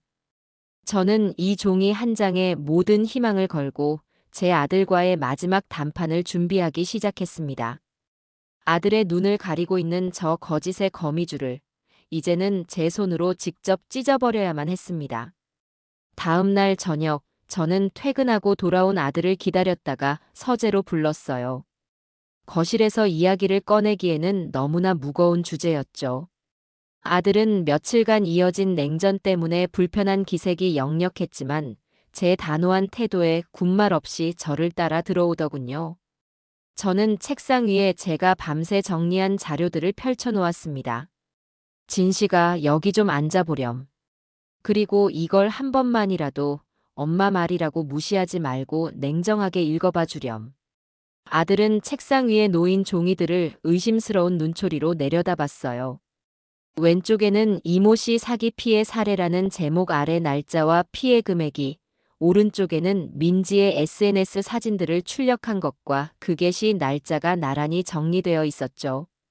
어머니, 이게 다 뭐예요? 또 민지 씨 흠집 내려고 이런 거 만드신 거예요? 이건 명백한 사생활 침해라고요. 사생활 침해? 아들아, 이건 우리 가족의 목숨이 걸린 일이야. 네 인생이 통째로 사기당할 위기에 처했다고. 여기 이 날짜들을 봐. 이분들이 평생 모은 돈을 잃어버린 시점과 민지가 갑자기 해외여행을 가고 명품을 산 시점이 정확하게 일치하잖니. 이게 정말 우연일까? 저는 최대한 차분하게 하지만 단호한 목소리로 아들에게 제가 알아낸 사실들을 설명하기 시작했어요. 오 여사님을 만난 이야기, 다른 피해자들의 피 맺힌 증언, 그리고 그 증언과 민지의 사치스러운 생활 사이에 소름 끼치는 연관성까지요. 제가 말을 하는 동안 아들은 팔짱을 낀 채 미동도 없이 서류만 노려보고 있더군요. 그 표정은 여전히 불신으로 가득했지만 이전처럼 무작정 소리부터 지르지 않는다는 점에서 저는 작은 희망을 봤죠. 어쩌면 이 명백한 증거들 앞에서는 제 아들도 마음이 흔들리고 있는 것일지도 모른다고요. 한참의 침묵 끝에 아들이 입을 열었어요. 제가 직접 민지 씨한테 물어보겠습니다. 이건 어머니의 일방적인 주장일 뿐이니까요. 저는 민지 씨의 이야기도 들어봐야겠어요. 그리고는 서류들을 챙겨 들고 방을 나가버렸죠. 저는 그런 아들의 뒷모습을 보며 애써 불안한 마음을 억눌렀습니다. 그래, 직접 물어보는 것이 좋겠다. 저렇게 교활한 거짓말쟁이의 변명을 듣고 나면 오히려 진실을 더 똑똑히 깨닫게 될 수도 있을 테니까요. 하지만 제 기대는 처참하게 빗나가고 말았어요. 그날 밤늦게 돌아온 아들의 얼굴은 이전보다 훨씬 더 차갑고 분노에 차 있었죠. 마치 저를 원수라도 되는 듯 노려보더군요. 어머니, 저한테 대체 왜 이러시는 거예요? 어머니 때문에 저 민지 씨랑 헤어질 뻔했어요. 뭐라고? 그게 무슨 소리니? 제가 오늘 민지 씨 만나서 어머니가 주신 자료들 전부 다 보여줬어요. 민지 씨가 그거 보고 얼마나 상처받고 울었는지 아세요? 아들은 씩씩거리며 그가 민지에게서 듣고 온 이야기들을 제게 쏟아내기 시작했습니다. 그 내용은 제가 예상했던 것보다 훨씬 더 치밀하고 악랄했죠. 민지는 아들이 내민 증거 앞에서 무너지기는커녕 오히려 그것을 역이용해 자신을 세상에서 가장 불쌍한 비련의 여주인공으로 둔갑시켰던 거예요. 어머니가 보여주신 그 여행 사진이요?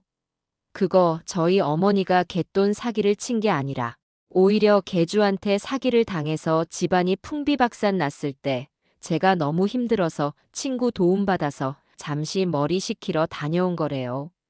비행기 표도 친구가 마일리지로 끊어주고 숙소도 친구네 집에서 해결했다고요. 어머니는 어떻게 사람을 그렇게 나쁘게만 보세요?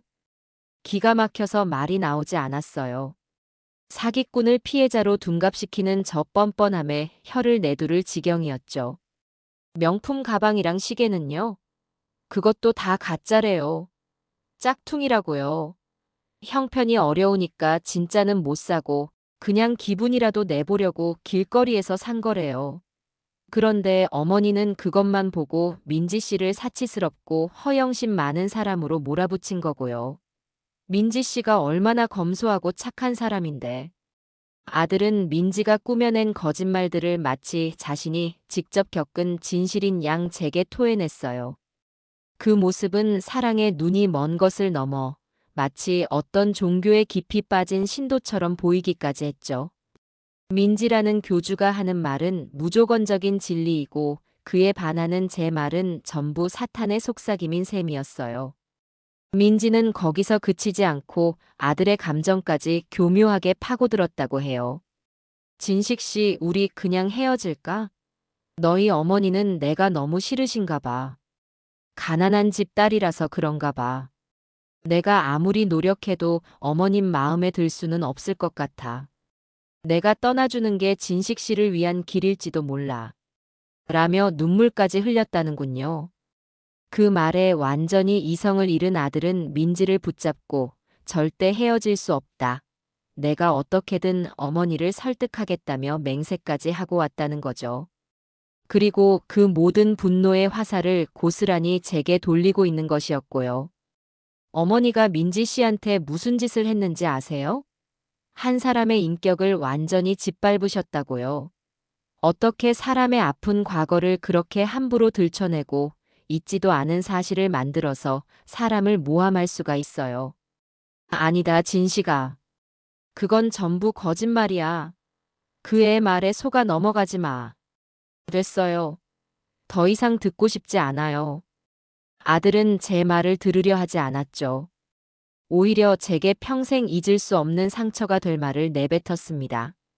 이 결혼, 저는 이대로 진행할 겁니다. 어머니께서 계속 이런 식으로 민지 씨를 괴롭히시면 저 결혼하고 어머니 안 보고 살 겁니다. 그렇게 아세요. 그 말을 끝으로 아들은 자신의 방으로 들어가 문을 잠가버렸어요. 저는 그 자리에 얼어붙은 채 서 있을 수밖에 없었죠. 아들이 저를 안 보고 살겠다고 했어요. 제가 평생을 바쳐 키운 아들이 이제 막 굴러 들어온 저 여우의 말에 놀아나 저를 버리겠다고 협박하고 있었습니다. 하늘이 무너지고 땅이 꺼지는 기분이었죠. 눈물조차 나오지 않았어요. 가슴 한구석에 너무나 크고 차가운 구멍이 뚫려버린 것 같았죠. 이제 남은 방법은 정말 하나뿐이었습니다. 아들이 제게 등을 돌린 이상 저 혼자서라도 이 싸움을 끝내야만 했어요. 설령 그 끝에 아들에게 미움을 받게 되더라도 저는 제 아들을 저 악독한 구렁텅이에서 반드시 구해내야만 했습니다.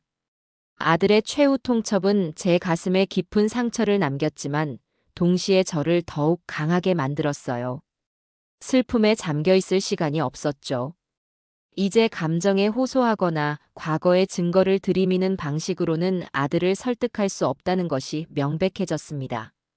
그 교활한 모녀는 어떤 증거든 자신들에게 유리한 방식으로 얼마든지 말을 바꿀 수 있는 자들이었으니까요. 저에게는 빼도 박도 못할 현재 진행형의 명백한 증거가 필요했어요. 그들이 탐욕을 부리는 순간을 실시간으로 포착해서 아들의 눈앞에 직접 들이밀어야만 했습니다. 며칠간 밤낮으로 고민했죠. 어떻게 하면 그들의 본색을 드러나게 할 수 있을까?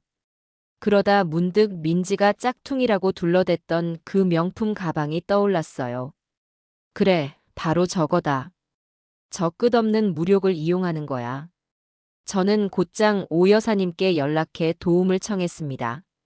제 계획을 들은 오 여사님은 무릎을 탁 치며 아주 좋은 생각이네. 그것들이라면 분명히 미끼를 덥석 물고도 남지. 라며 적극적으로 저를 도와주기로 했어요. 가장 먼저 할 일은 아들과 민지에게 제가 모든 것을 포기했다는 인상을 심어주는 것이었습니다. 저는 아들에게 찾아가 백기를 드는 척 연기했죠. 눈물을 글썽이며 아들의 손을 잡고 말했어요. 진식아, 엄마가 잘못했다. 너를 잃을지도 모른다는 생각에 내가 너무 이성을 잃었나 보다. 너가 그렇게까지 말하는데 엄마가 어떻게 너희들 사이를 더 이상 반대하겠니? 결혼 허락하마. 대신 다시는 엄마 안 본다는 그런 무서운 말은 하지 말아다오. 제 갑작스러운 태도 변화에 아들은 당황하면서도 이내 안도하는 표정을 짓더군요. 어머니 정말이에요? 정말 허락해 주시는 거예요? 제 진심 어린 사과에 아들은 그동안의 앙금을 모두 잊은 듯 저를 와락 껴안았어요. 그 품에 안겨 있으면서도 저는 속으로 차갑게 칼을 갈고 있었죠. 다음 날, 저는 민지에게 직접 전화를 걸었습니다. 민지 양 나예요. 그동안 내가 오해해서 상처를 준 것 같아 정말 미안해요. 우리 진식이한테 민지 양이 얼마나 소중한 사람인지 이제야 알 것 같아요. 우리 앞으로는 정말 잘 지내봐요. 민지는 수화기 너머에서 감격에 겨운 목소리로 어머님 아니에요. 그렇게 말씀해 주시니 제가 더 감사하죠. 저도 앞으로 정말 잘할게요. 라며 완벽하게 저를 믿는 눈치였어요. 모든 밑밥을 깔아놓은 저는 드디어 결정적인 미끼를 던졌습니다. 저는 두 사람을 불러놓고 이렇게 말했죠. 결혼 준비하려면 돈 들어갈 곳도 많을 텐데 복잡한 예단 같은 건 다 생략하자. 대신 내가 민지 양한테 특별한 선물을 하나 해주고 싶구나. 지난번에 보니 민지 양이 들고 다니던 가방이 낡은 것 같던데 내가 큰맘 먹고 백화점 가서 제일 좋은 걸로 하나 사주마. 내 며느리 될 사람인데 어디 가서 기죽으면 안 되지. 제 말에 민지의 두 눈이 탐욕으로 반짝이는 것을 저는 놓치지 않았어요. 그녀는 짐짓 사양하는 척하면서도 입이 귀에 걸려 있었죠. 어머님, 아니에요. 괜찮아요. 제 가방 아직 쓸만한데요. 그 말에 제가 아니다. 내가 사주고 싶어서 그런다. 혹시 봐둔 모델이라도 있니? 하고 묻자 기다렸다는 듯이 휴대폰을 꺼내 특정 명품 브랜드의 신상 가방 사진을 보여주더군요. 가격을 검색해보니 자그마치 1,000만 원에 가까운 물건이었어요. 며칠 뒤 저는 오 여사님과 함께 비밀스러운 장소로 향했습니다. 그곳은 일반적인 명품 매장이 아니라 아는 사람만 아는 특수 제작 공방이었죠. 오 여사님의 지인이 운영하는 곳이었어요. 우리는 그곳에서 민지가 원했던 모델과 완벽하게 똑같은, 전문가도 구별하기 힘들다는 최고 등급의 복제품을 구했습니다. 진짜와 다른 점이 있다면 그 안에는 우리의 비밀 병기가 숨겨져 있다는 것이었죠. 사장님, 여기에 최대한 티 안 나게 아주 작고 성능 좋은 위치 추적기를 좀 넣어주실 수 있을까요? 제 부탁에 사장님은 흔쾌히 가방 안감에 눈에 띄지 않는 부분에 손톱보다 작은 크기의 GPS 장치를 감쪽같이 심어주었습니다. 이제 모든 준비는 끝난 거죠.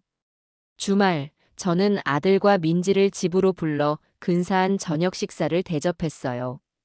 그리고 후식을 먹을 때쯤 마치 깜짝 선물처럼 그 가방을 꺼내 민지에게 건넸습니다. 민지 양, 이거 엄마가 주는 선물이다. 포장 상자를 여는 민지의 손이 미세하게 떨리고 있더군요. 마침내 모습을 드러낸 가방을 본 그녀는 거의 비명을 지르다시피 했죠. 어머님, 세상에 이걸 정말 져주시는 거예요? 너무 예뻐요. 어떡해. 민지는 가방을 품에 꼭 껴안고 아이처럼 기뻐했어요. 아들은 그런 민지의 모습을 흐뭇하게 바라보며 제게 어머니, 정말 감사해요. 민지가 저렇게 좋아하는 걸 보니 저도 기쁘네요라며 고마움을 표했고요. 민지는 그날 집으로 돌아갈 때까지 가방을 손에서 놓지 않았습니다. 헤어지면서도 제 손을 꼭 잡고 말했죠. 어머님, 정말 감사해요. 이 가방 평생 아껴서 맬게요. 죽을 때 관에까지 가지고 들어갈 거예요. 저는 그 뻔뻔한 거짓말에 속으로 코웃음을 치며 인자한 미소를 지어 보였습니다. 그래, 그러렴. 아껴서 잘 쓰렴. 그들이 돌아가고 난 뒤 저는 곧장 제 방으로 들어와 노트북을 켰어요. 위치 추적기 앱을 실행하자 지도 위에 작은 점 하나가 민지의 집 위치에 찍혀 있었습니다. 이제부터는 기다림의 시간이었죠. 저는 그 점이 움직이기만을 숨죽여 기다렸습니다. 하루, 이틀이 지났어요. 점은 여전히 민지의 집 주변에만 머물러 있었죠. 출퇴근 경로를 따라 움직일 뿐 특별한 동향은 보이지 않았어요. 순간 제 마음속에서 불안감이 고개를 들었습니다.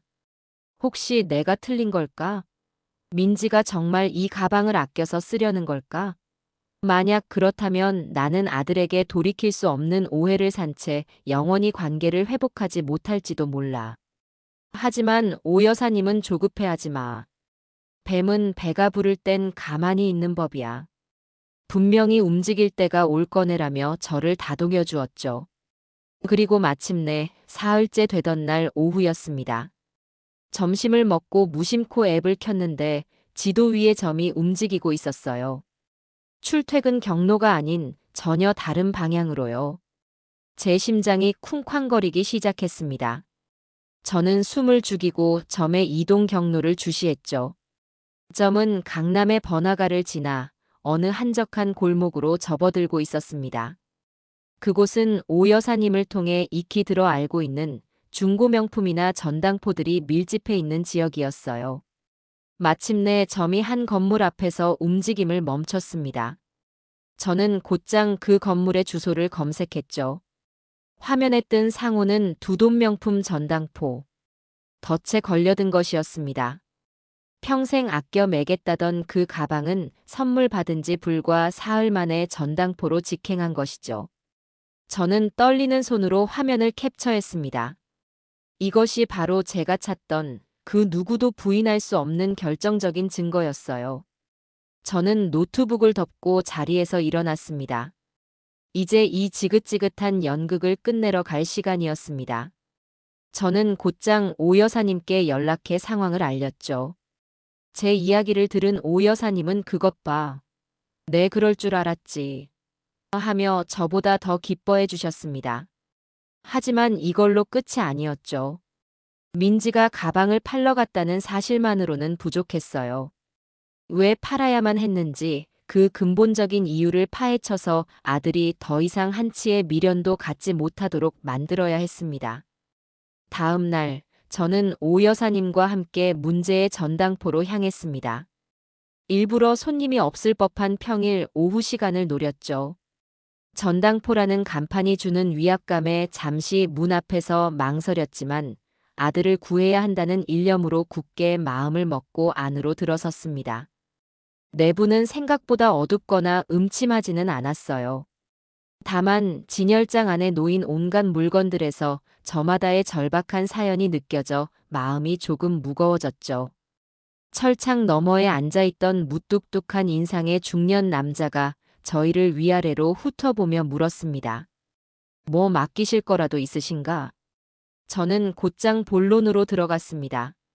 제 휴대폰에 저장해 둔 민지와 그 엄마의 사진을 보여주며 말했죠. 사장님, 혹시 이 사람들 기억나세요? 어제 혹시 이런 가방을 들고 오지 않았나요? 저는 민지가 들고 갔던 가방의 사진도 함께 보여주었습니다. 전당포 사장님은 사진을 보더니 귀찮다는 듯 손을 내저었어요. 우리가 하루 이틀 장사하는 것도 아니고 손님 얼굴을 어떻게 일일이 다 기억합니까? 그리고 손님 개인정보는 알려드릴 수 없어요. 예상했던 반응이었지만 이대로 물러설 수는 없었죠. 바로 그때 제 옆에 있던 오 여사님이 나섰습니다. 사장님, 저희가 괜히 와서 장사 방해하려는 게 아니에요. 사실은 이 여자 우리 동네에서 수억 원대 갯돈 사기치고 달아났던 여자예요. 아마 사장님도 이 여자한테 한 번 대인 적이 있을걸요. 물건 제대로 확인 안 했다가 가짜에 속아서 돈만 날린 적 정말 없으세요? 오 여사님의 말에 전당포 사장님의 표정이 순간 굳어지는 것을 저는 똑똑히 봤어요. 그의 눈빛이 가늘어지며 저희를 다시 쳐다보더군요. 그 여자들이 사기꾼이라고요? 네, 아주 질 나쁜 사기꾼들이죠. 저희는 그 증거를 잡으러 다니는 중이고요. 어제 그 가방, 사실 저희가 일부러 흘린 미끼였어요. 사장님께서 저희를 좀 도와주시면 앞으로 가게 운영하시면서 이런 사기꾼들한테 당할 일 없도록 저희가 아는 정보 다 드릴 수 있는데. 오 여사님의 회유에 사장님은 한참을 망설이는 듯 했습니다. 그러더니 이내 깊은 한숨을 내쉬며 입을 열더군요. 진짜 그 여자들만 생각하면 아직도 열불이 터져서. 맞아요, 아주머니 말씀대로예요. 몇 달 전에 저한테 와서 다이아 반지라며 맡기고 돈을 빌려갔는데 나중에 알고 보니 가짜 유리였어요. 잡으려고 했을 땐 이미 연락도 끊고 잠수탄 뒤였죠. 그때 손해가 얼마였는지. 사장님 역시 피해자였던 겁니다. 이제 그는 더 이상 경계의 대상이 아닌 우리의 든든한 아군이 되었죠. 그는 분이 안 풀리는지 거친 말을 쏟아내며 그 모녀에 대한 정보를 술술 불기 시작했습니다. 그것들, 우리 가게 단골이에요, 단골. 한 달에도 몇 번씩 와서 뭘 맡기고 돈을 찾아가죠. 처음에는 자잘한 금붙이 같은 걸 가져오더니 나중에는 명품 시계, 심지어 다른 남자한테 받은 걸로 보이는 예물 반지까지 들고 오더라고요. 밑 빠진 독에 물 붓기예요. 이번 달에 빌려간 돈으로 지난달 이자 맞고 또 다음 달에는 다른 거 들고 와서 이번 달 이자 맞고 그런 식이죠. 사장님의 말은 충격적이었습니다. 그들의 재정 상태가 제가 생각했던 것보다 훨씬 아주 심각한 수준이었던 거예요. 그런데 사장님, 그 사람들이 그렇게까지 돈이 급한 이유가 뭘까요? 그냥 생활비 때문이라고 하기에는 너무 액수가 큰 것 같은데요. 제 질문에 사장님은 목소리를 낮추며 말했습니다. 제가 이 바닥에서 구른 지가 20년이에요. 척 보면 알죠. 그 사람들, 빚이 보통 많은 게 아니에요. 은행 같은 제1금융권은 당연히 막혔을 거고, 아마 이자 비싼 2금융권, 3금융권의 사채까지 끌어다 썼을 거예요. 그러니 이자가 눈덩이처럼 불어나서 감당이 안 되는 거죠. 제가 보기엔 곧 길바닥에 나앉아도 이상하지 않을 지경이에요. 사채. 그 단어를 듣는 순간 온몸의 피가 차갑게 식는 것 같았어요. 이제야 모든 것이 명확해졌습니다. 민지가 제 아들과 결혼하려는 진짜 이유. 그건 단순히 아들의 안정적인 직장이나 저희 집의 재산을 탐내는 수준이 아니었어요. 아들의 깨끗한 신용을 담보로 거액의 대출을 받아 자신들의 썩어 문드러진 빚 구덩이를 메우려는 속셈이었던 겁니다. 결혼이라는 합법적인 테두리 안에서 아들의 모든 것을 빼먹고 빚까지 떠넘긴 뒤 껍데기만 남으면 가차없이 버릴 계획이었던 거죠. 저는 떨리는 목소리로 사장님께 부탁했습니다. 사장님, 정말 죄송하지만 저희 아들을 살리기 위해 꼭 필요한 증거입니다. 그 사람들이 언제 무엇을 맡기고 얼마를 빌려갔는지 혹시 기록 같은 게 있다면 저희에게 좀 보여주실 수 있을까요? 물론 법적인 문제가 되지 않는 선에서요. 그리고 앞으로 그 사람들이 또 오거든 저희에게 바로 연락을 좀 주세요. 이제 완벽한 공범이 된 사장님은 흔쾌히 자신의 거래 장부 일부를 익명으로 처리하여 저희에게 보여주었습니다. 그 안에는 지난 1년간 그 모녀가 맡기고 간 수십 개의 품목과 처참한 금액이 빼곡하게 적혀 있었죠. 저는 그 페이지를 휴대폰으로 찍어 소중히 저장했습니다. 이건 그들의 추악한 실체를 증명할 또 하나의 강력한 무기가 될 것이었어요. 전당포를 나서자 차가운 바람이 얼굴을 스쳤습니다. 하지만 제 마음은 오히려 활활 타오르는 불길 같았죠. 분노와 아들에 대한 미안함, 그리고 저 사악한 모녀를 반드시 내 손으로 심판하겠다는 결의가 뒤섞여 있었습니다. 오 여사님의 찻집으로 돌아온 우리는 새로 얻은 정보를 바탕으로 마지막 계획을 짜기 시작했어요. 이제 어설픈 설득이나 증거 제시는 필요 없었습니다. 모든 관련자들을 한자리에 모아놓고 더 이상 빠져나갈 구멍 하나 없는 완벽한 무대를 만들어 그들의 가면을 벗겨버려야 했죠. 그들의 가장 행복한 순간이 될 뻔했던 상견례 자리를 그들의 인생에서 가장 끔찍한 심판의 장으로 만들어주기로 마음먹었습니다. 마지막 결전의 날을 앞두고 저는 그 어느 때보다 침착하게 움직이기 시작했어요. 섣부른 행동은 모든 것을 망칠 수 있었죠. 오 여사님, 그리고 이제는 우리의 든든한 조력자가 된 전당포 사장님과 함께 머리를 맞대고 최종 계획의 세부 사항을 하나씩 점검했습니다. 우리의 목표는 단 하나, 그들이 스스로 자신들의 죄를 인정하게 만들거나 혹은 더 이상 변명조차 할 수 없는 완벽한 증거의 벽 앞에 무릎 꿇게 만드는 것이었습니다. 계획의 첫 단계는 그들을 안심시키고 가장 행복한 순간에 잔치를 벌이는 척 그들을 무대 위로 끌어내는 것이었죠. 저는 휴대폰을 들고 안사돈에게 전화를 걸었습니다. 최대한 살갑고 기쁨에 찬 목소리를 연기해야 했어요. 수화기 너머로 여보세요? 하는 경계심 어린 목소리가 들려왔습니다. 어머, 사부인. 저예요. 잘 지내셨어요? 아, 네, 사부인. 무슨 일이세요? 다름이 아니고요, 사부인. 그동안 제가 너무 죄송했어요. 괜한 오해로 아이들 마음고생만 시키고요. 이제 저도 다 마음 정리하고 우리 아이들 결혼 진심으로 축복해 주려고요. 그래서 말인데 이대로 그냥 결혼시키기에는 양가 어른 된 도리가 아닌 것 같아서요. 정식으로 상견례 자리 한번 다시 갖는 게 어떨까 싶어서요. 양가 부모님 다 같이 모여서 아이들 앞날 축복해주고 앞으로 사돈끼리 잘 지내자는 의미에서요. 제 말에 안사돈의 목소리가 한 톤 높아지는 게 느껴졌어요. 완벽하게 승리했다고 생각하는 사람의 목소리였죠. 어머머, 사부인. 그렇게까지 생각해 주시니 제가 더 감사하네요. 그럼요, 당연히 그래야죠. 저희야 언제든지 좋죠. 그녀는 예상대로 제 미끼를 덥석 물었습니다. 그럼 다음 주 토요일 저녁은 어떠세요? 제가 아주 근사한 한정식 집으로 예약해 놓을게요. 귀한 사돈 모시는 자리인데 아무 데서나 할 수는 없죠. 어머나 세상에. 사부인이 그렇게까지 신경 써주시니 몸 둘 바를 모르겠네요. 그럼 그날 뵙는 걸로 해요. 호호. 가증스러운 웃음소리를 끝으로 전화가 끊겼습니다. 저는 잠시 휴대폰을 쥔 채 눈을 감았어요. 역겨움이 치밀어 올랐지만 이 또한 마지막을 위한 과정이라고 생각하며 마음을 다잡았죠. 다음으로 저는 증인들을 섭외하기 시작했습니다. 가장 먼저 찻집 직원이었던 소희 씨에게 연락했어요. 처음에는 많이 망설이더군요. 제가 그런 자리에 나가서 잘할 수 있을까요? 괜히 저 때문에 일이 잘못될까봐 무서워요.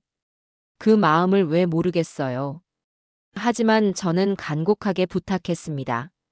소희 씨가 아니면 안 돼요. 아가씨의 그 용기 있는 증언 한마디가 저와 우리 아들을 살리는 길이에요. 제가 끝까지 책임지고 지켜줄게요. 제 진심 어린 설득에 소희 씨는 마침내 고개를 끄덕여 주었습니다. 그리고 오 여사님을 통해 갯돈 사기의 다른 피해자분들과도 약속을 잡았어요. 그들은 모두 자신의 상처를 다시 드러내는 것을 두려워했지만 더 이상의 피해자를 막아야 한다는 오 여사님의 설득에 기꺼이 동참해주기로 했습니다. 마지막으로 전당포 사장님까지 우리의 어벤져스 군단은 완벽하게 꾸려졌죠. 결전의 날, 저는 아침부터 분주하게 움직였습니다. 가장 먼저 상견례 장소인 한정식집을 찾아가 지배인과 미리 이야기를 마쳤습니다. 제가 예약한 가장 큰 별실과 바로 그 옆방을 함께 쓰게 해달라고 부탁했죠. 그리고는 옆방에 우리 증인들이 조용히 대기하고 있다가 제가 신호를 보내면 들어올 수 있도록 동선을 미리 확인했습니다. 지배인은 제 간절한 사정을 듣고는 모든 것을 비밀에 붙이고 협조해주겠다고 약속했어요. 저녁 시간이 다가오자 저는 옷장 앞에서 한참을 고민했습니다. 싸우러 가는 장수처럼 비장한 옷을 입어야 할까? 아니면 평소처럼 온화한 어머니의 모습을 보여줘야 할까? 저는 후자를 택했습니다. 가장 부드러운 색의 옷을 골라 입고 은은한 화장까지 했죠. 그들에게 단 한치의 의심도 주지 않기 위해서였습니다. 거실로 나가자 말끔하게 정장을 차려입은 아들이 저를 보고 환하게 웃었어요. 어머니, 오늘 정말 고우세요. 민지 씨랑 장모님도 분명 좋아하실 거예요. 아무것도 모른 채 행복해하는 아들의 얼굴을 보니 가슴 한쪽이 아려왔습니다. 잠시 후 겪게 될 충격과 배신감을 어떻게 감당할 수 있을까요? 하지만 이 아픔은 반드시 필요한 성장통이 될 거라고 저는 스스로를 위로할 수밖에 없었죠. 차를 타고 식당으로 가는 내내 아들은 신이 나서 제잘거렸습니다. 신혼여행은 어디로 갈지, 아이는 몇 명을 낳을지, 온통 미래에 대한 장밋빛 계획뿐이었어요. 저는 그저 말없이 아들의 이야기에 고개를 끄덕여주며 창밖만 바라보았습니다. 제 눈에는 모든 풍경이 마치 마지막 장면처럼 느리고 아프게 지나가고 있었어요. 식당에 도착하자 약속 시간보다 조금 일찍 도착한 안사돈과 민지가 저희를 반갑게 맞았습니다. 두 사람은 오늘을 위해 한껏 치장한 모습이었죠. 온갖 보석으로 치장한 안사돈과 순백의 원피스를 입은 민지, 마치 승전을 자축하는 여왕과 공주 같았어요. 어머, 사부인. 진식 씨, 어서 와요. 저희가 먼저 와서 기다리고 있었어요. 어머님, 오늘 정말 아름다우세요. 그들의 가식적인 인사를 받으며 우리는 예약된 별실로 들어섰습니다. 방 안에는 정갈하게 상이 차려져 있었고 은은한 조명이 우리를 비추고 있었죠. 저는 그들을 가장 상석에 앉혔습니다. 최대한 대접하는 척, 그들의 기분을 하늘 끝까지 띄워주어야 했으니까요. 음식들이 하나씩 들어오고 우리는 화기애애한 분위기 속에서 식사를 시작했습니다. 안사돈과 민지는 자신들의 세상에 온 것처럼 결혼 준비와 혼수 이야기를 신나게 떠들어댔어요. 저는 인자한 미소를 띤 채 모든 이야기에 맞장구를 쳐주었습니다. 어머, 그러네요, 호호. 민지 양은 좋겠네. 제 연기는 완벽했어요. 아들은 그런 제 모습을 보며 완전히 안심한 듯 행복한 미소를 짓고 있었죠. 그 누구도 알지 못했습니다. 바로 옆방에서 차갑게 식은 찻잔을 앞에 두고 복수의 칼날을 갈고 있는 증인들이 숨죽여 때를 기다리고 있다는 사실을요. 그리고 이 화려한 만찬이 지옥의 문을 여는 마지막 성찬이 될 것이라는 사실을 말입니다. 폭풍전야의 고요함 속에서 저는 조용히 마지막 신호를 보낼 순간을 기다리고 있었습니다.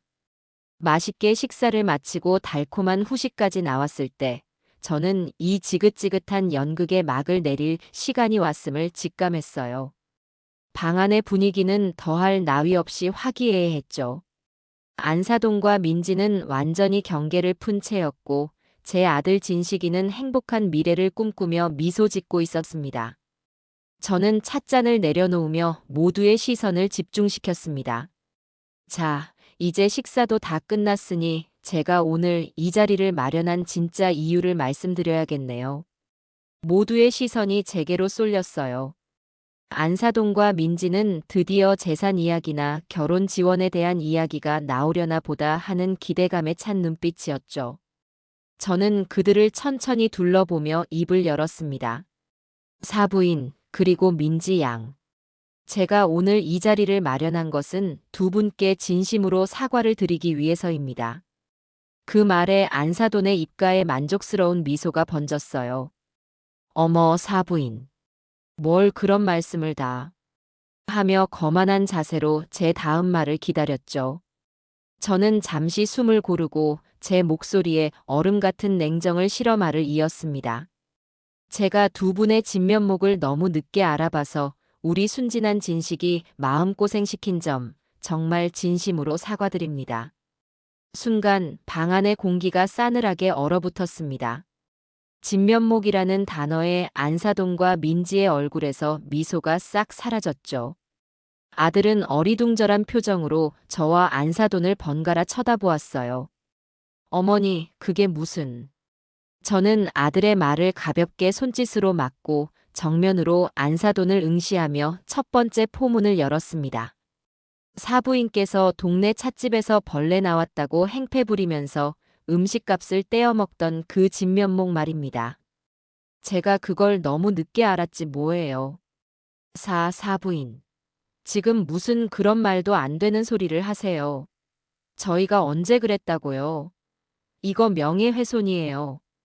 안사돈이 새빨개진 얼굴로 버럭 소리를 질렀습니다. 민지 역시 하얗게 질린 얼굴로 어머님 정말 왜 이러세요? 저희 그런 적 없어요. 라며 거들었죠. 그들의 격렬한 부정에 아들의 표정은 더욱 혼란스러워졌어요. 저는 그들을 향해 빙그레 웃어 보였습니다. 그리고는 옆방으로 통하는 미닫이 문을 향해 나지막이 말했죠. 들어오세요. 스르륵 소리와 함께 문이 열렸습니다. 그곳에는 찻집 유니폼을 입은 소희 씨가 굳은 표정으로 서 있었어요.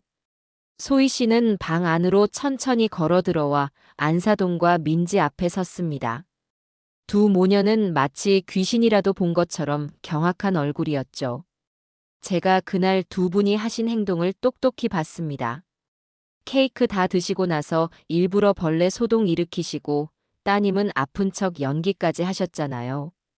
제가 다 보고 들었습니다. 소희 씨의 차분하지만 단호한 증언에 안사돈과 민지는 아무 말도 하지 못하고 입술만 파르르 떨고 있었습니다. 아들은 충격적인 얼굴로 민지를 쳐다보았죠. 하지만 이건 시작에 불과했어요. 제가 다시 한번 신호를 보내자 이번에는 반대편 문이 열렸습니다. 그리고 그곳에서 오 여사님과 갯돈 사기 피해자들이 하나둘씩 모습을 드러냈어요. 그들은 아무 말 없이 방 안으로 들어와 두 모녀를 차가운 눈으로 에워쌌습니다. 안사돈은 자신을 둘러싼 익숙한 얼굴들을 보고는 공포에 질린 비명을 내질렀죠. 아, 아니. 당신들이 여길 어떻게. 이 사기꾼아. 내 돈 내놔. 네가 내 평생 모은 돈 다 들고 튀어서 내가 얼마나 고생했는지 알아. 우리 가게 보증금 물어내. 피해자들의 울분 섞인 외침이 방 안을 가득 메웠습니다. 아들은 눈앞에서 벌어지는 광경을 도저히 믿을 수 없다는 듯 멍하니 서 있었어요. 민지는 이제 아들의 팔에 매달려 아니야. 진식 씨. 이 사람들 다 거짓말하는 거야. 우리 엄마는 억울해. 라며 울부짖기 시작했죠. 저는 그 아수라장 속에서 조용히 자리에서 일어나 마지막 일격을 가하기 위해 민지에게 다가갔습니다. 그리고는 아주 부드러운 목소리로 물었어요. 민지 양 많이 놀랐나 보구나. 그런데 그 와중에도 내 선물은 아주 잘 쓰고 있는 것 같아 다행이네. 내가 선물한 그 가방 말이야. 평생 아껴 맬 거라고 죽을 때 관속에까지 가져갈 거라고 했었지? 제 질문에 민지의 울음소리가 순간 뚝 그쳤습니다. 그녀의 눈이 공포로 흔들리는 것을 보았죠. 덫에 걸린 짐승의 눈이었습니다. 그녀는 자기도 모르게 고개를 끄덕이며 더듬거렸어요. 네, 그럼요, 어머님. 정말 잘 쓰고 있어요. 그 대답을 기다렸다는 듯 저는 방문 밖에 대기하고 있던 마지막 증인을 불렀습니다. 사장님 들어오시죠. 방문이 다시 열리고 두돈 명품 전당포의 사장님이 한 손에 익숙한 명품 가방을 들고 들어왔습니다. 바로 제가 민지에게 선물했던 그 가방이었죠. 사장님은 방 한가운데로 걸어 들어와 가방을 테이블 위에 올려놓으며 말했습니다. 이 가방 말씀이십니까? 여기 이 아가씨가 사흘 전에 저희 가게에 팔러 오셨던데요. 안타깝게도 저희가 감정해보니 진품이 아니라서 매입은 못해드렸습니다만. 전당포 사장님의 마지막 한마디는 마치 거대한 종을 울린 것 같았어요. 진품이 아니라서. 그 말이 남긴 쨍한 울림이 끝나자 방 안의 모든 소음이 거짓말처럼 멎어버렸죠. 정적 그 자체였습니다. 안사돈의 입에서는 더 이상 저주 섞인 고함이 터져 나오지 않았고 민지의 입에서도 거짓 눈물이 멈췄어요. 그저 눈앞의 현실을 부정하려는 듯 텅 빈 눈으로 테이블 위에 가방만 쳐다볼 뿐이었죠. 그 순간 가장 고통스러운 사람은 제 아들 진식이었습니다. 저는 아들의 얼굴을 차마 정면으로 볼 수가 없었어요. 그저 곁눈질로 살폈을 뿐인데도 영혼이 부서져 내리는 소리가 들리는 듯 했죠. 아들의 얼굴에서 사랑, 믿음, 미래에 대한 모든 희망과 설렘이 유리 조각처럼 산산이 깨져나가는 것이 보였습니다. 그가 그토록 지키고 싶어 했던 그의 세상이 실은 모래 위에 지어진 거대한 사기극이었다는 것을 깨달은 사람의 얼굴이었어요. 아들은 천천히 고개를 들어 민지를 바라보았습니다. 그 눈빛에는 더 이상 애정이 남아있지 않았어요. 낯선 사람, 아니 혐오스러운 무언가를 보는 듯한 차갑고 공허한 눈빛이었죠. 한참의 침묵 끝에 아들이 갈라지는 목소리로 입을 열었습니다. 너. 단 한 글자였지만 그 안에는 수만 가지의 감정이 담겨 있었습니다. 배신감, 분노, 허탈함, 그리고 스스로에 대한 지독한 어리석음까지. 나한테 전부 다 거짓말이었구나. 아들의 말에 민지는 그제야 정신이 든 듯 필사적으로 매달리기 시작했어요. 아니야, 진식 씨. 오해야. 저 사람들이 다 우리 모함하는 거야. 믿어줘, 응? 내가 사랑하는 건 진식 씨뿐이야. 하지만 그 목소리는 너무나 공허하게 들렸습니다. 바로 그때 모든 것을 포기한 듯한 표정으로 주저앉아 있던 안사돈이 갑자기 벌떡 일어나 고함을 질렀습니다. 더 이상 교양 있는 척하는 가면 따위는 벗어던진 시장 잡배 같은 모습이었죠. 그래. 그래서 어쩌라고. 우리가 좀 힘들어서 그럴 수도 있지. 너희 집은 돈 많잖아. 아파트도 있고 네 아들 직장도 번듯하고 사돈끼리 그 정도도 좀 도와주고 살면 안 되는 거야? 그걸 이렇게까지 사람 망신을 줘야겠어? 적반하장도 유분수죠. 그녀의 뻔뻔한 외침에 방 안에 있던 모든 사람들이 기가 막혀 입을 다물지 못했습니다. 하지만 그녀의 폭주는 거기서 그치지 않았어요. 그리고 너. 그녀는 날카로운 손톱으로 제 아들을 가리켰습니다. 너처럼 세상 물정 모르는 멍청한 놈 하나 구워 삼는 게 뭐 그리 어려운 일인 줄 알아? 우리 민지가 너 좋다고 따라다닐 때 내가 얼마나 반대했는 줄 알아? 저런 숙맥을 데리고 와서 뭘 어쩌자는 거냐고. 그 말에 아들의 눈빛이 절망에서 분노로 바뀌기 시작했습니다. 민지는 자기 엄마의 폭언에 엄마 제발 그만해 라며 울부짖었지만 이미 엎질러진 물이었죠. 저는 이 추악한 연극을 끝내야겠다고 생각했어요. 저는 테이블 위에 놓여있던 서류 한 뭉치를 집어들어 안사돈의 얼굴 앞에 던졌습니다. 전당포에서 받아온 거래 내역과 사채업자들의 정보가 적힌 종이들이었죠. 사돈끼리 돕는다고? 당신들이 우리 진식이 신용까지 끌어다 쓰려고 했던 거 내가 모를 줄 알아? 이 빚더미부터 해결하고 그런 소리를 하시죠. 당신들이 빠진 그 구렁텅이에 내 아들까지 끌어들이려 했잖아. 제 말에 안사돈의 얼굴이 하얗게 질렸습니다. 자신들의 가장 깊은 비밀까지 들켰다는 사실에 더 이상 아무런 말도 하지 못했죠.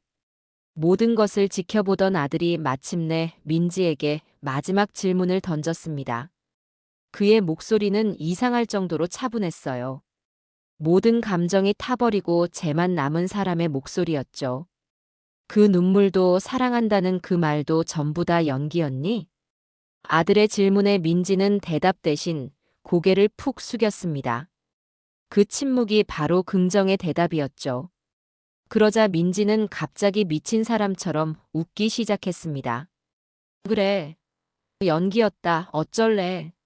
너처럼 순진하고 멍청한 놈 속이는 게 얼마나 쉬운 줄 알아.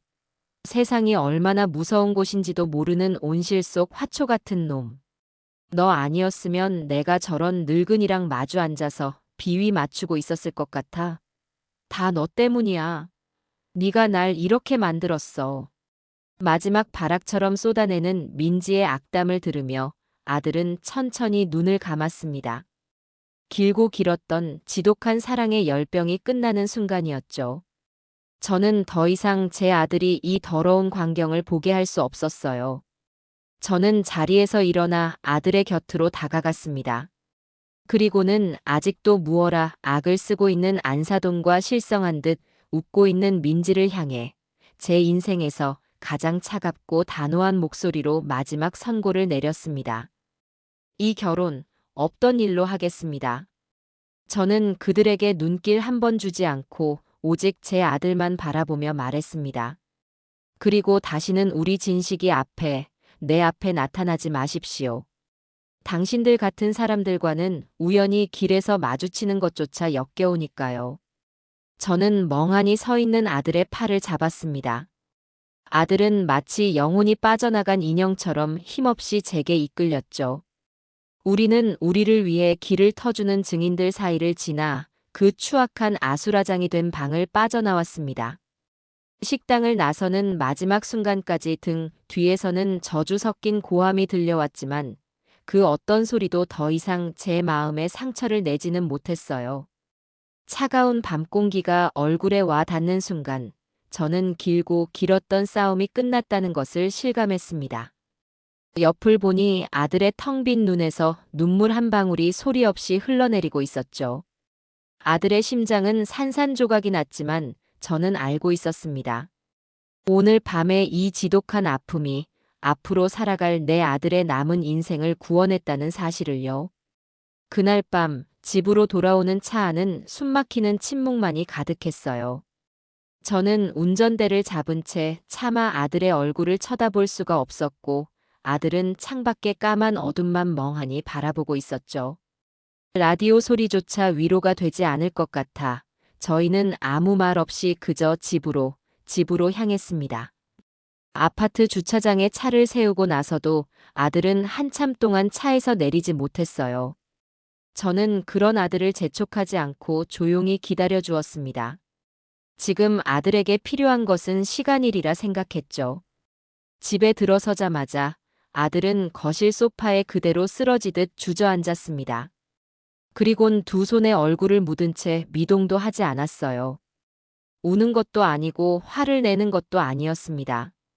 그저 모든 것이 정지해버린 사람처럼 보였죠. 저는 그런 아들의 모습에 가슴이 미어졌지만 애써 덤덤한 척 부엌으로 가 따뜻한 차를 한 잔 끓였습니다. 진식아, 이거라도 한 잔 마셔라. 속이 좀 풀릴 게다. 아들은 고개조차 들지 않았습니다. 저는 찻잔을 테이블 위에 내려놓고 아들의 옆에 조용히 앉았어요. 엄마가 미안하다라거나 거봐라, 내 말이 맞지 않느냐 같은 말은 단 한마디도 하지 않았습니다. 지금 아들에게 필요한 것은 섣부른 위로나 질책이 아니라 그저 곁을 지켜주는 사람의 온기라고 생각했거든요.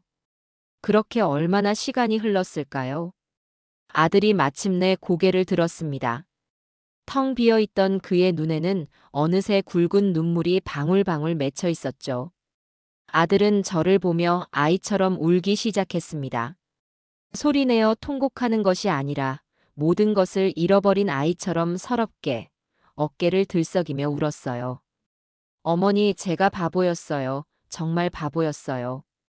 저는 그런 아들을 아무 말 없이 끌어안고 등을 토닥여 주었습니다.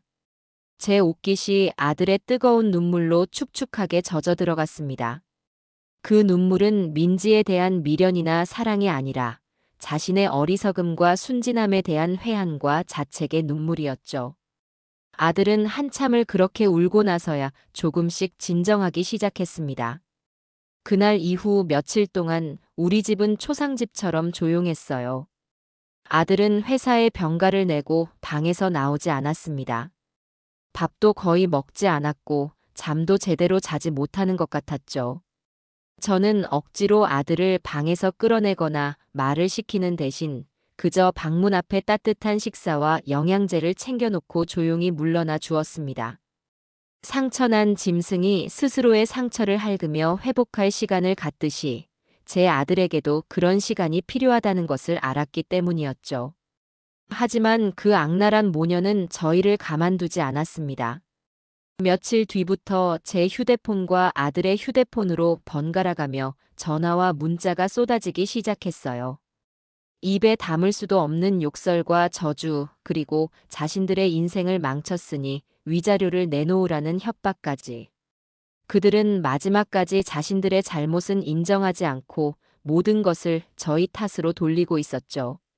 너희 때문에 우리 민지가 충격으로 쓰러졌다.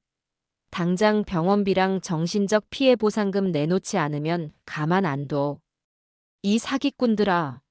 니들 때문에 우리 결혼도 못하고 동네에 얼굴도 못 들고 다니게 생겼어. 평생 저주할 거야. 저는 더 이상 그들의 관계를 받아줄 생각이 없었습니다. 저는 오 여사님의 도움으로 미리 알아봐 둔 변호사 사무실을 찾아갔어요. 그리고 그동안 제가 모았던 모든 증거들, 찻집 직원의 증언, 갯돈 사기 피해자들의 진술서, 전당포 거래 내역과 CCTV 영상, 그리고 그들이 보낸 협박 문자까지 전부 변호사에게 넘겼습니다. 며칠 뒤 변호사는 제 이름으로 그 모녀에게 아주 강력한 내용 증명을 보냈습니다. 귀하들이 벌인 사기 행각과 협박에 대한 모든 증거를 확보하고 있으며 단 한 번이라도 더 연락을 시도할 경우 사기, 명예훼손, 협박 등 가능한 모든 법적 조치를 취할 것임을 엄중히 경고합니다. 라는 내용이었죠. 그뿐만이 아니었어요. 갯돈 사기 피해자들 역시 단체로 민사소송을 준비하고 있다는 사실까지 덧붙였습니다. 그제야 겁을 먹었는지 그들의 연락은 거짓말처럼 깨끗하게 끊겼습니다. 그렇게 폭풍 같은 시간이 지나고 우리 집에도 조금씩 평온이 찾아오기 시작했어요. 아들은 일주일 만에 다시 회사에 나가기 시작했고 말수는 줄었지만 조금씩 예전의 모습을 되찾아갔습니다. 어느 주말 저는 그동안 저를 도와주었던 고마운 분들을 모두 저희 집으로 초대했어요. 오 여사님과 소희 씨, 전당포 사장님, 그리고 다른 피해자분들까지. 저는 평생의 요리 솜씨를 다 발휘해서 푸짐하게 음식을 차렸습니다. 비싼 한정식은 아니었지만 정성과 감사가 담긴 따뜻한 집밥이었죠. 모두들 한자리에 모여 앉아 마치 큰 전쟁을 함께 치른 전우들처럼 서로를 격려하고 위로했습니다. 최 여사님, 정말 고생 많으셨어요. 여사님 덕분에 저희도 묵은 체증이 좀 내려가는 것 같아요. 소희 씨는 용기가 대단해. 나 같았으면 무서워서 그런 쪽지 줄 생각도 못했을 텐데. 사장님 아니었으면 결정적인 증거도 못 잡았을 거예요. 정말 감사합니다. 서로에게 고마움을 전하는 그 자리를 보며 저는 세상은 아직 살만하다는 것을 느꼈습니다. 악한 사람들도 있지만 그 악에 맞서 기꺼이 손을 내밀어주는 선한 사람들이 더 많다는 것을요. 특히 소희 씨에게는 제가 따로 봉투를 챙겨주며 고마움을 표했습니다. 이것 때문에 마음고생 많았을 텐데 이걸로 맛있는 거라도 사 먹어요. 소희 씨는 괜찮다며 손사래를 쳤지만 저는 억지로 그 손에 봉투를 쥐어주었죠. 그 작은 용기가 제 아들의 인생을 구했으니까요. 그날 밤 모든 손님들이 돌아가고 난 뒤 설거지를 하고 있는 제 등 뒤로 아들이 다가왔습니다. 그리고는 아무 말 없이 제가 하는 설거지를 거들기 시작했죠. 우리는 한참 동안 말없이 그릇을 닦고 헹궜습니다. 그 침묵이 전혀 어색하지 않았어요. 모든 설거지가 끝났을 때 아들이 저를 보며 나지막이 말했습니다. 어머니, 고맙습니다. 그 한마디에 그동안의 모든 고생과 아픔이 눈 녹듯이 사라지는 기분이었습니다. 저는 그저 아들의 어깨를 두드려주며 웃어 보일 뿐이었죠. 그렇게 우리의 길고 길었던 폭풍은 지나가고 있었습니다. 계절이 두어 번 바뀌고 우리 집에는 이전에 느껴보지 못했던 평온함이 자리 잡았어요. 지독했던 여름이 지나고 상쾌한 가을이 찾아온 것처럼 아들의 마음에도 조금씩 새로운 바람이 불기 시작했죠. 아들은 이전보다 말수가 줄고 조금 더 신중해졌지만 그 모습이 더 단단하고 믿음직스러워 보였습니다.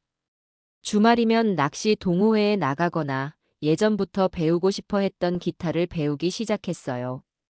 텅 비어있던 아들의 세상이 다시 건강한 일들로 채워지는 것을 보며 저는 비로소 안도의 한숨을 내쉴 수 있었죠.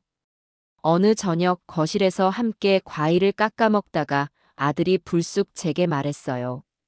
어머니, 그때 제가 정말 죄송했어요. 저는 짐짓 모르는 척 뭐가 하고 되물었죠. 그때 어머니 말씀 믿지 않고 오히려 어머니한테 상처드리는 말까지 했잖아요. 제가 정말 어리석었어요.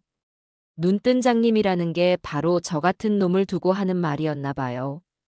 그리고 아들은 잠시 말을 멈추고 제 눈을 똑바로 바라보며 말했습니다. 저를 구해주셔서 정말 감사해요, 어머니.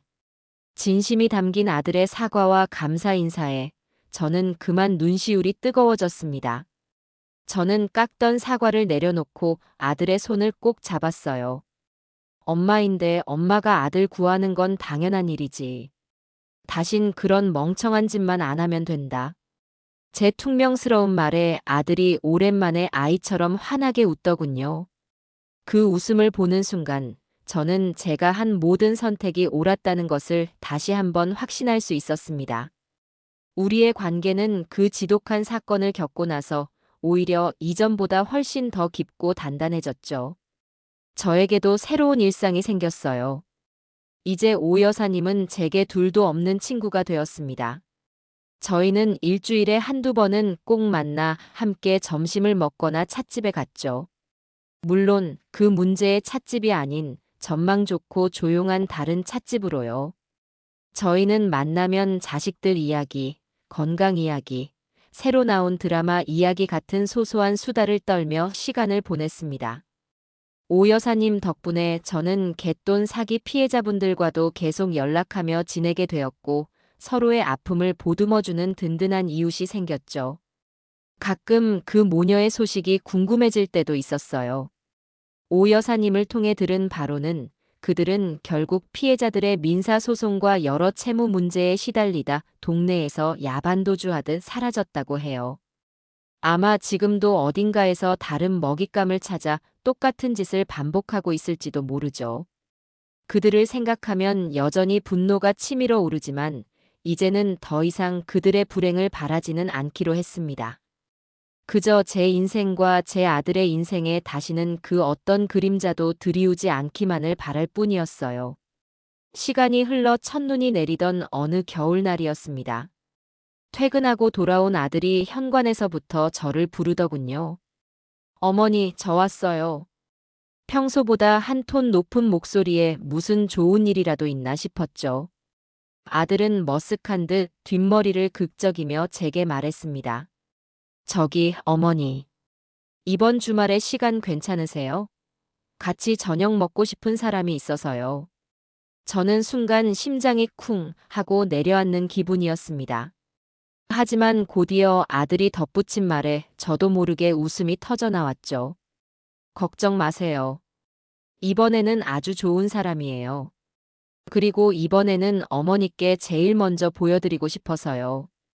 저는 웃으며 아들의 등을 가볍게 두드렸습니다. 알았다, 이 녀석아. 엄마가 우리 아들 보는 눈을 못 믿지, 누굴 믿겠니? 우리는 서로를 보며 한참을 웃었습니다. 아들은 그 큰 상처를 딛고 다시 누군가를 마음에 들릴 용기를 낸 것이었죠. 그리고 그 사람을 세상에서 가장 먼저 저에게 소개해주고 싶어 하는 그 마음이 저에게는 그 어떤 선물보다도 값지게 느껴졌습니다. 그날 밤, 저는 오랜만에 베란다에 나가 밤하늘을 보았습니다. 차가운 공기가 상쾌했어요. 문득 찻잔 밑에 숨겨져 있던 그 작은 쪽지 하나가 떠올랐습니다. 이름도 얼굴도 몰랐던 한 젊은 아가씨의 작은 용기가 제 아들과 저의 인생을 얼마나 크게 바꾸어 놓았을까요?